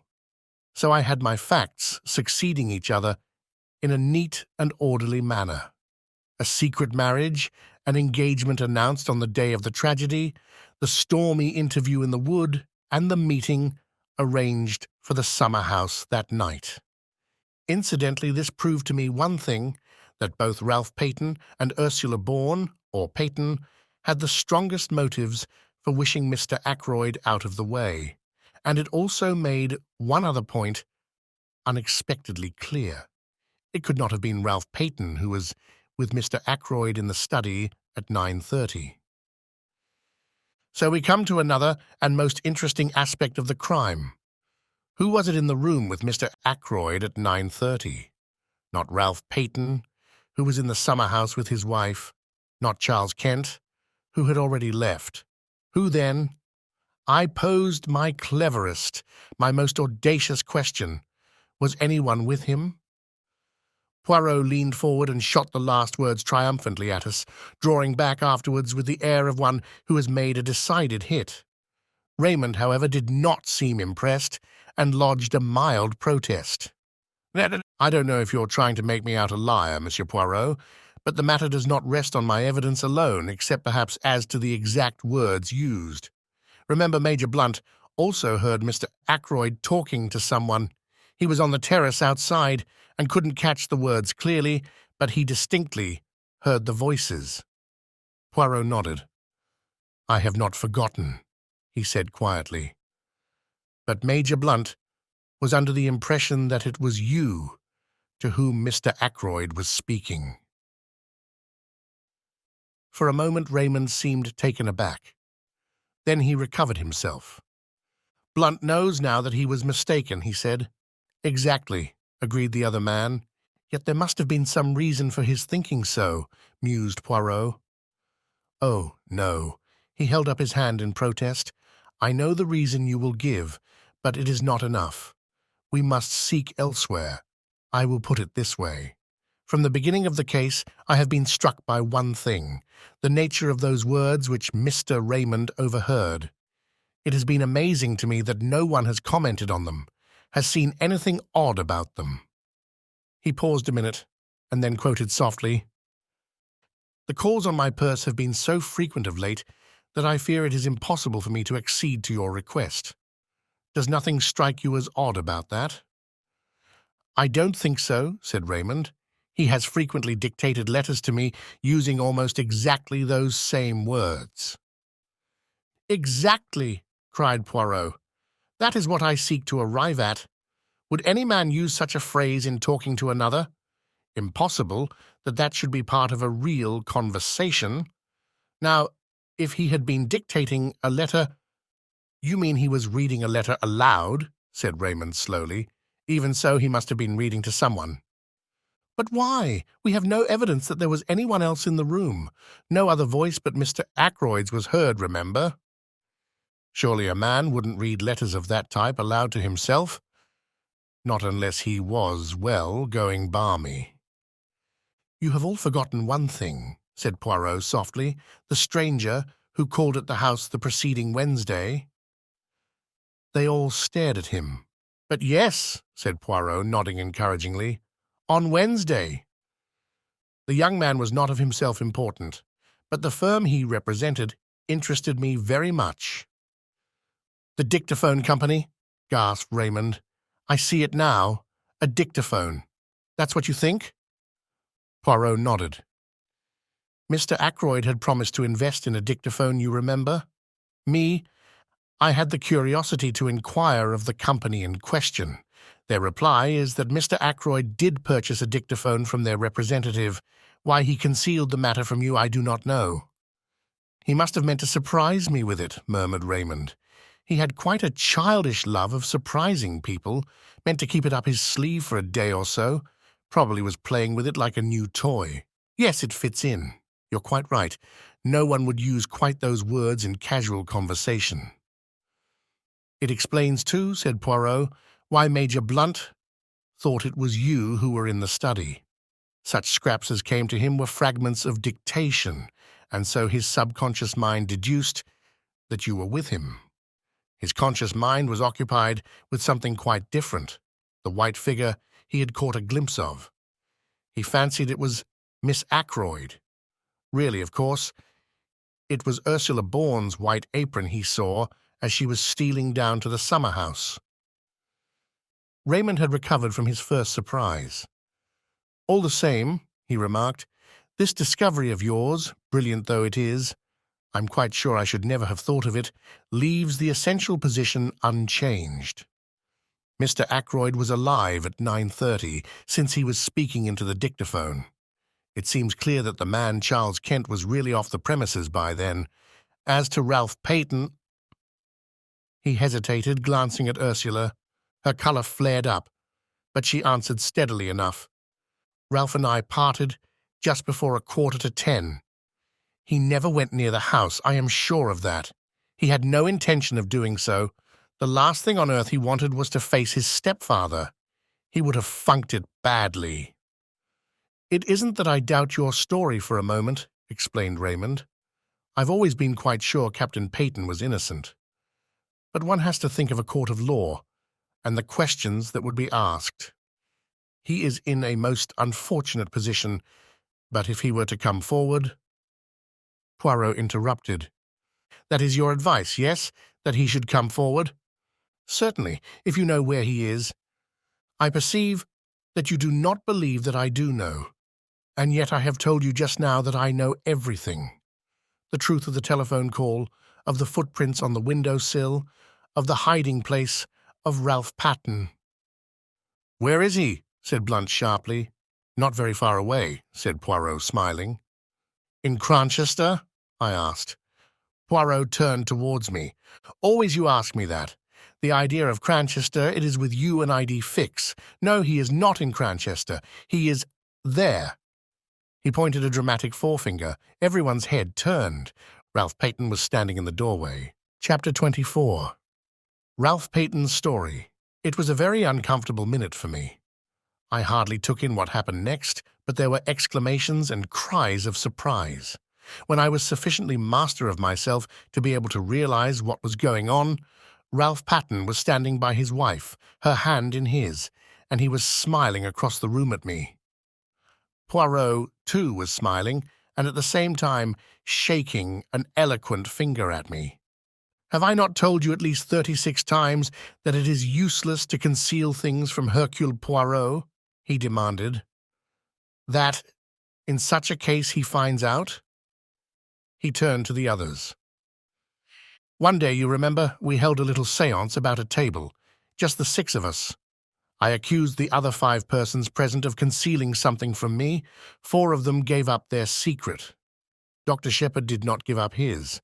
But all along, I have had my suspicions. Dr. Sheppard went to the 3 Boars that night, hoping to find Ralph. He did not find him there. But supposing I said to myself that he met him in the street on his way home? Dr. Sheppard was a friend of Captain Patton's, and he had come straight from the scene of the crime. He must know that things looked very black against him. Perhaps he knew more than the general public did. I did, I said ruefully. I suppose I might as well make a clean breast of things now. I went to see Ralph that afternoon. At first he refused to take me into his confidence, but later he told me about his marriage and the hole he was in. As soon as the murder was discovered, I realized that once the facts were known, suspicion could not fail to attach to Ralph, or if not to him, to the girl he loved. That night I put the facts plainly before him. The thought of having possibly to give evidence which might incriminate his wife made him resolve at all costs to... I hesitated, and Ralph filled up the gap. To do a bunk, he said graphically. You see, Ursula left me to go back to the house. I thought it possible that she might have attempted to have another interview with my stepfather. He had already been very rude to her that afternoon.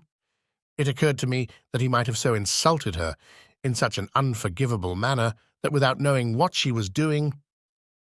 He stopped. Ursula released her hand from his and stepped back. You thought that, Ralph? You actually thought that I might have done it? Let us get back to the culpable conduct of Dr. Sheppard, said Poirot dryly. Dr. Sheppard consented to do what he could to help him. He was successful in hiding Captain Patton from the police. Where? Asked Raymond. In his own house? Ah, no, indeed, said Poirot. You should ask yourself the question that I did. If the good doctor is concealing the young man, what place would he choose? It must necessarily be somewhere near at hand. I think of Cranchester. A hotel? No. Lodgings? Even more emphatically, no. Where then? Ah, I have it. A nursing home. A home for the mentally unfit. I test my theory. I invent a nephew with mental trouble. I consult Mademoiselle Sheppard as to suitable homes. She gives me the names of 2 near. Cranchester, to which her brother has sent patients. I make inquiries. Yes, at one of them a patient was brought there by the doctor himself early on Saturday morning. That patient, though known by another name, I had no difficulty in identifying as Captain Peyton. After certain necessary formalities, I was allowed to bring him away. He arrived at my house in the early hours of yesterday morning. I looked at him ruefully. Caroline's Home Office expert, I murmured. And to think I never guessed. You see now why I drew attention to the reticence of your manuscript, murmured Poirot. It was strictly truthful as far as it went, but it did not go very far, eh, my friend? I was too abashed to argue. Dr. Sheppard has been very loyal, said Ralph. He has stood by me through thick and thin. He did what he thought was the best. I see now, from what Monsieur Poirot has told me, that it was not really the best. I should have come forward and faced the music. You see, in the home, we never saw a newspaper. I knew nothing of what was going on. Dr. Sheppard has been a model of discretion, said Poirot dryly. But me, I discover all the little secrets. It is my business. Now we can have your story of what happened that night, said Raymond impatiently. You know it already, said Ralph. There's very little for me to add. I left the summer house about 9:45 and tramped about the lanes, trying to make up my mind as to what to do next, what line to take. I'm bound to admit that I've not the shadow of an alibi, but I give you my solemn word that I never went to the study, that I never saw my stepfather alive or dead. Whatever the world thinks, I'd like all of you to believe me. No alibi, murmured Raymond. That's bad. I believe you, of course, but it's a bad business. It makes things very simple, though, said Poirot in a cheerful voice. Very simple indeed. We all stared at him. You see what I mean? No? Just this. To save Captain Peyton, the real criminal must confess. He beamed round at us all. But yes, I mean what I say. See now, I did not invite Inspector Raglan to be present. That was for a reason. I did not want to tell him all that I knew. At least I did not want to tell him tonight. He leaned forward, and suddenly his voice and his whole personality changed. He suddenly became dangerous. I who speak to you, I know the murderer of Mr. Ackroyd is in this room now. It is to the murderer I speak. Tomorrow, the truth goes to Inspector Raglan. You understand? There was a tense silence. Into the midst of it came the old Breton woman with a telegram on a salver. Poirot tore it open. Blunt's voice rose abrupt and resonant. The murderer is amongst us, you say? You know which. Poirot had read the message. He crumpled it up in his hand. I know. Now. He tapped the crumpled ball of paper. What is that? Said Raymond sharply. A wireless message from a steamer now on her way to the United States. There was a dead silence. Poirot rose to his feet, bowing. Messieurs et mesdames, this reunion of mine is at an end. Remember, the truth goes to Inspector Raglan in the morning. Chapter 25. The whole truth. A slight gesture from Poirot enjoined me to stay behind the rest. I obeyed, going over to the fire and thoughtfully stirring the big logs on it with the toe of my boot. I was puzzled. For the first time, I was absolutely at sea as to Poirot's meaning.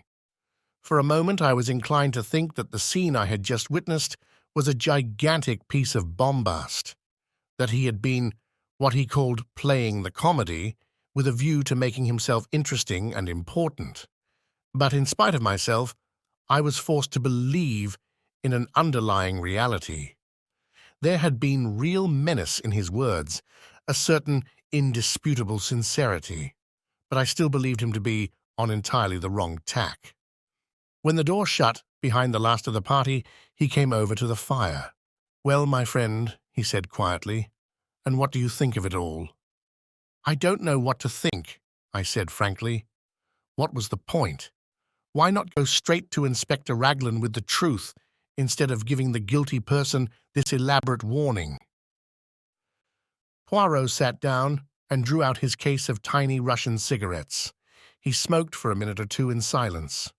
Then, use your little grey cells, he said. There is always a reason behind my actions.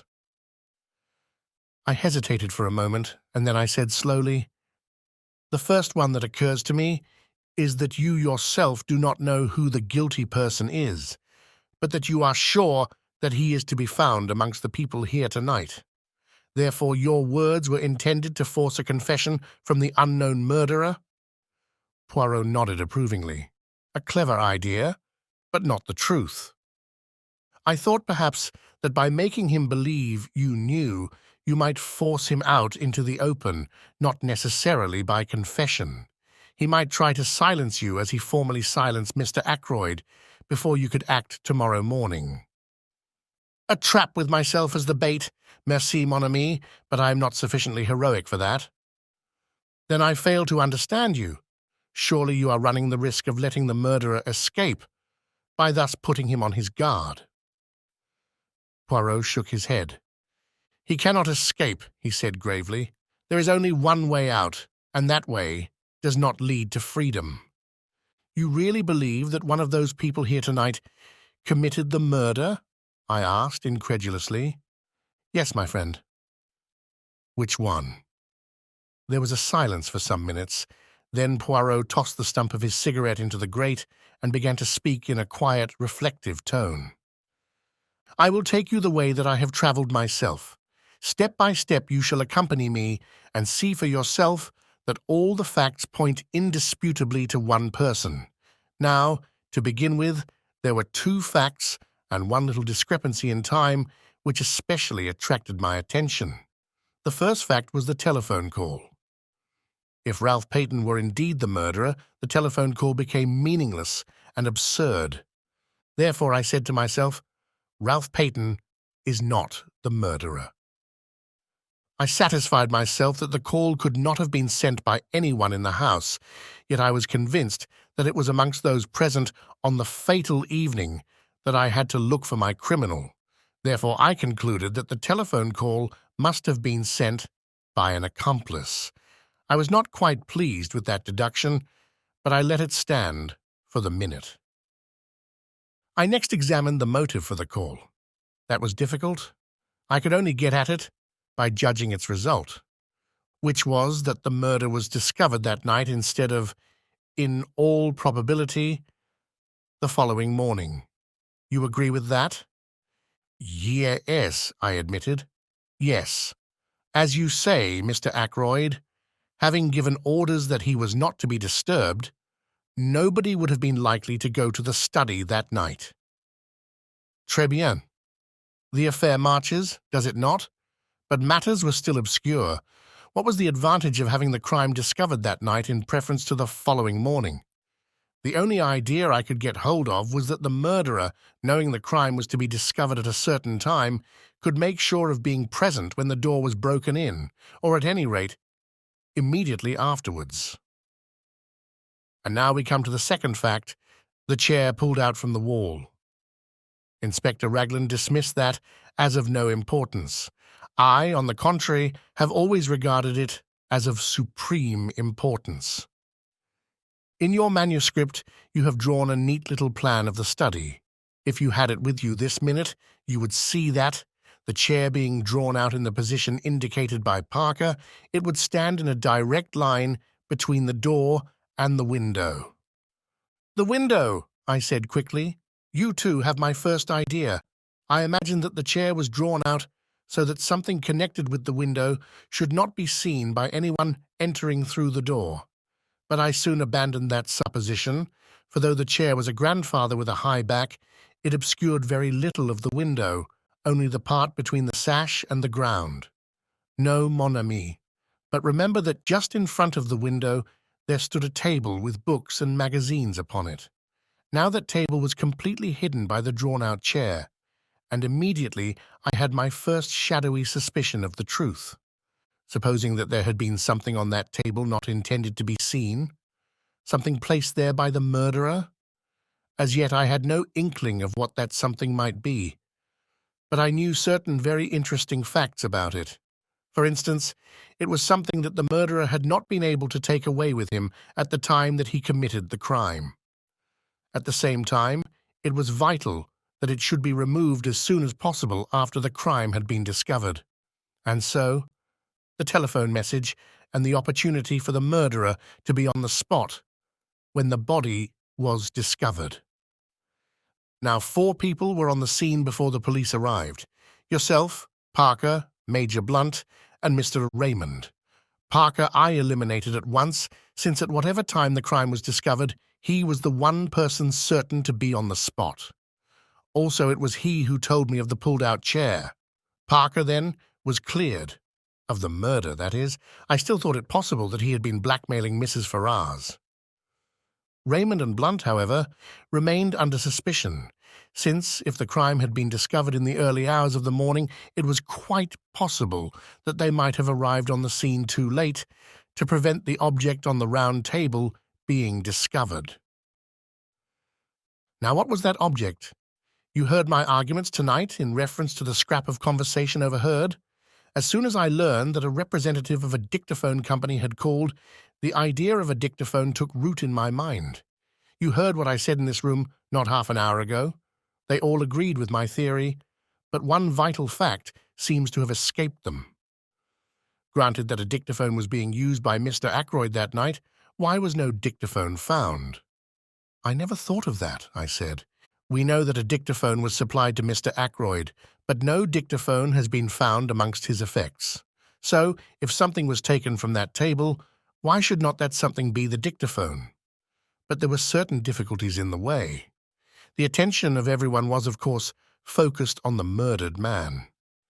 I think anyone could have gone to the table unnoticed by the other people in the room. But a dictaphone has a certain bulk. It cannot be slipped casually into a pocket. There must have been a receptacle of some kind capable of holding it. You see where I'm arriving? The figure of the murderer is taking shape. A person who was on the scene straightway, but who might not have been if the crime had been discovered the following morning. A person carrying a receptacle into which the dictaphone might be fitted. I interrupted. But why remove the dictaphone? What was the point? You are like Mr. Raymond.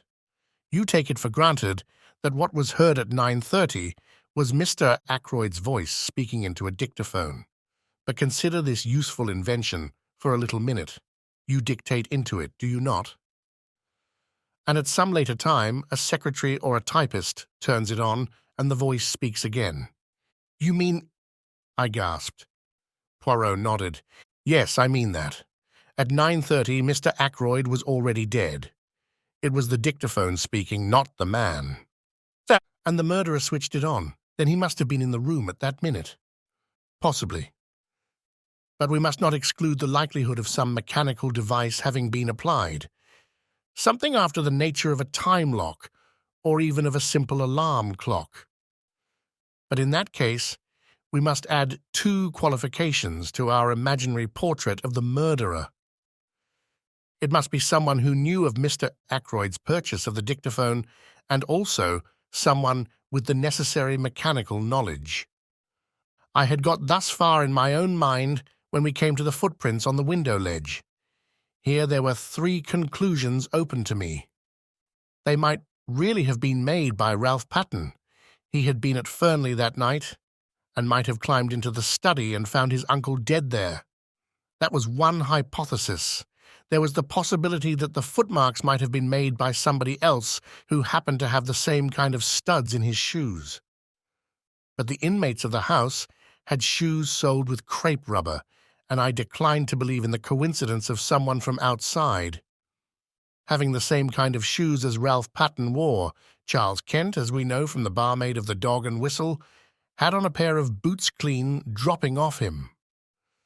Those prints were made by someone deliberately trying to throw suspicion on Ralph Patten.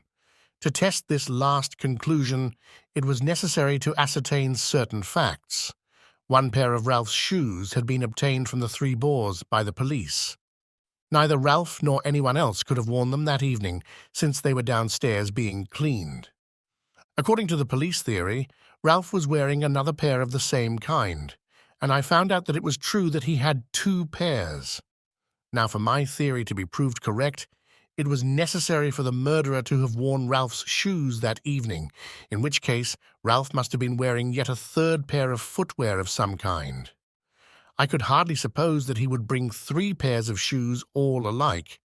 The third pair of footwear were more likely to be boots. I got your sister to make inquiries on this point, laying some stress on the colour, in order, I admit it frankly, to obscure the real reason for my asking. You know the result of her investigations. Ralph Patten had had a pair of boots with him. The first question I asked him when he came to my house yesterday morning was what he was wearing on his feet on the fatal night. He replied at once that he had worn boots. He was still wearing them, in fact, having nothing else to put on. So we get a step further in our description of the murderer, a person who had the opportunity to take these shoes of Ralph Patten's from the Three Boars that day. He paused and then said, with a slightly raised voice, "There is one further point. The murderer must have been a person who had the opportunity to purloin that dagger from the silver table. You might argue that anyone in the house might have done so, but I will recall to you that Miss Ackroyd was very positive that the dagger was not there when she examined the silver table." He paused again. "Let us recapitulate, now that all is clear. A person who was at the Three Boars earlier that day, a person who knew Ackroyd well enough to know that he had purchased a dictaphone, a person who was of a mechanical turn of mind, who had the opportunity to take the dagger from the silver table before Miss Flora arrived, who had with him a receptacle suitable for hiding the dictaphone, such as a black bag, and who had the study to himself for a few minutes after the crime was discovered while Parker was telephoning for the police. In fact, Dr. Sheppard Chapter 26. And Nothing But the Truth. There was a dead silence for a minute and a half. Then I laughed. "You're mad," I said. "No," said Poirot placidly. "I am not mad. It was the little discrepancy in time that first drew my attention to you, right at the beginning." "Discrepancy in time?" I queried, puzzled. "But yes, you will remember that everyone agreed, you yourself included, that it took 5 minutes to walk from the lodge to the house. Less if you took the short-cut to the terrace, but you left the house at 10 minutes to 9, both by your own statement and that of Parker, and yet it was 9 o'clock as you passed through the lodge gates. It was a chilly night, not an evening a man would be inclined to dawdle. Why had you taken 10 minutes to do a 5 minutes walk?" "All along, I realized that we had only your statement for it, that the study window was ever fastened. Ackroyd asked you if you had done so. He never looked to see. Supposing then that the study window was unfastened, would there be time in that 10 minutes for you to run round the outside of the house, change your shoes, climb in through the window, kill Ackroyd, and get to the gate by 9 o'clock? I decided against that theory, since in all probability a man as nervous as Ackroyd was that night would hear you climbing in, and then there would have been a struggle. But supposing that you killed Ackroyd before you left, as you were standing beside his chair, then you go out of the front door, run round to the summer house, take Ralph Peyton's shoes out of the bag you brought up with you that night, slip them on, walk through the mud in them, and leave prints on the window ledge. You climb in, lock the study door on the inside, run back to the summer house, change back into your own shoes, and race down to the gate. I went through similar actions the other day when you were with Mrs. Ackroyd. It took 10 minutes exactly. Then home, and an alibi, since you had timed the dictaphone for 9:30. "My dear Poirot," I said in a voice that sounded strange and forced to my own ears, "you've been brooding over this case too long. What on earth had I to gain by murdering Ackroyd? Safety. It was you who blackmailed Mrs. Ferrars. Who could have had a better knowledge of what killed Mr. Ferrars than the doctor who was attending him? When you spoke to me that first day in the garden, you mentioned a legacy received about a year ago. I have been unable to discover any trace of a legacy. You had to invent some way of accounting for Mrs. Ferrars' £20,000. It has not done you much good. You lost most of it in speculation, then you put the screw on too hard, and Mrs. Ferrars took a way out that you had not expected. If Ackroyd had learnt the truth, he would have had no mercy on you. You were ruined forever." "And the telephone call?" I asked, trying to rally. "You have a plausible explanation of that also, I suppose?" "I will confess to you that it was my greatest stumbling block when I found that a call had actually been put through to you from King's Abbot Station. I at first believed that you had simply invented the story. It was a very clever touch, that. You must have some excuse for arriving at Fernley, finding the body, and so getting the chance to remove the dictaphone on which your alibi depended. I had a very vague notion of how it was worked when I came to see your sister that first day and inquired as to what patients you had seen on Friday morning. I had no thought of Miss Russell in my mind at that time. Her visit was a lucky coincidence, since it distracted your mind from the real object of my questions. I found what I was looking for. Among your patients that morning was the steward of an American liner. Who more suitable than he to be leaving for Liverpool by the train that evening? And afterwards he would be on the high seas, well out of the way. I noted that the Orion sailed on Saturday, and having obtained the name of the steward, I sent him a wireless message asking a certain question. This is his reply you saw me receive just now." He held out the message to me. It ran as follows. "Quite correct. Dr. Sheppard asked me to leave a note at a patient's house. I was to ring him up from the station with the reply. Reply was no answer." I yawned. All this, I said, is very interesting, but hardly in the sphere of practical politics. You think not? Remember what I said. The truth goes to Inspector Raglan in the morning. But for the sake of your good sister, I am willing to give you the chance of another way out. There might be, for instance, an overdose of a sleeping draught. You comprehend me? But Captain Ralph Patten must be cleared who... Ça va, Sondire.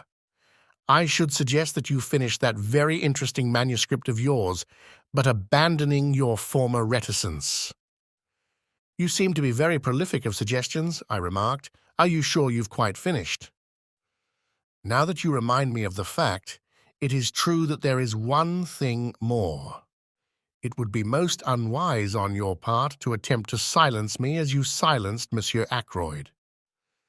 That kind of business does not succeed against Hercule Poirot, you understand.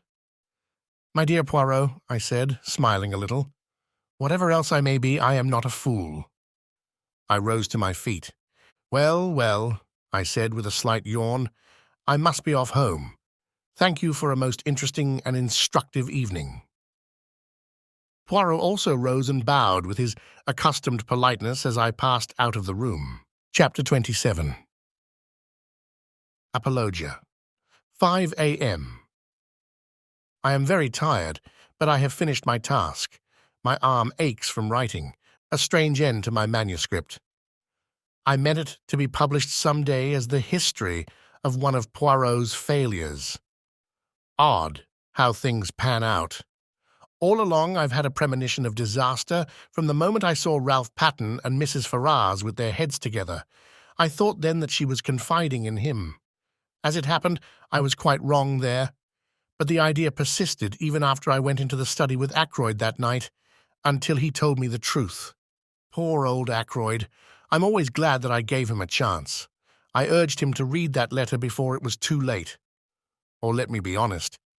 Didn't I subconsciously realize that with a pig-headed chap like him, it was my best chance of getting him not to read it?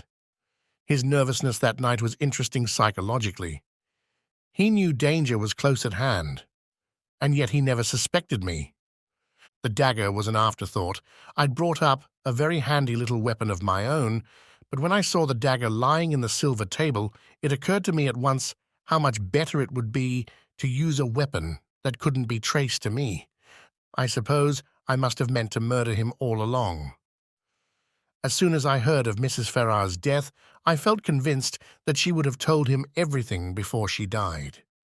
When I met him, and he seemed so agitated, I thought that perhaps he knew the truth, but that he couldn't bring himself to believe it, and was going to give me the chance of refuting it. So I went home and took my precautions. If the trouble were after all only something to do with Ralph, well, no harm would have been done. The dictaphone he had given me 2 days before to adjust. Something had gone a little wrong with it, and I persuaded him to let me have a go at it instead of sending it back. I did what I wanted to it, and took it up with me in my bag that evening. I am rather pleased with myself as a writer. What could be neater, for instance, than the following? The letters were brought in at 20 minutes to 9. It was just on 10 minutes to 9 when I left him, the letter still unread. I hesitated with my hand on the door handle, looking back and wondering if there was anything I had left undone. All true, you see, but suppose I had put a row of stars after the first sentence. Would somebody then have wondered what exactly happened in that blank 10 minutes? When I looked round the room from the door, I was quite satisfied. Nothing had been left undone. The dictaphone was on the table by the window, timed to go off at 9:30. The mechanism of that little device was rather clever, based on the principle of an alarm clock, and the armchair was pulled out so as to hide it from the door. I must admit that it gave me rather a shock to run into Parker just outside the door. I have faithfully recorded that fact. Then later, when the body was discovered, and I had sent Parker to telephone for the police, what a judicious use of words. I did what little had to be done. It was quite little, just to shove the dictaphone into my bag and push back the chair against the wall in its proper place. I never dreamed. That Parker would have noticed that chair. Logically, he ought to have been so agog over the body as to be blind to everything else. But I hadn't reckoned with the trained servant complex. I wish I could have known beforehand that Flora was going to say she'd seen her uncle alive at 9:45. That puzzled me more than I can say. In fact, all through the case, there have been things that puzzled me hopelessly. Everyone seems to have taken a hand. My greatest fear all through has been Caroline. I have fancied she might guess. Curious the way she spoke that day of my strain of weakness. Well, she will never know the truth. There is, as Poirot said, one way out. I can trust him. He and Inspector Raglan will manage it between them. I should not like Caroline to know. She is fond of me, and then, too, she is proud. My death will be a grief to her, but grief passes. When I have finished writing, I shall enclose this whole manuscript in an envelope and address it to Poirot. And then, what shall it be? Veronal? There would be a kind of poetic justice. Not that I take any responsibility for Mrs. Ferrars' death. It was the direct consequence of her own actions. I feel no pity for her. I have no pity for myself either, so let it be Veronal. But I wish Hercule Poirot had never retired from work and come here to grow vegetable marrows. The end.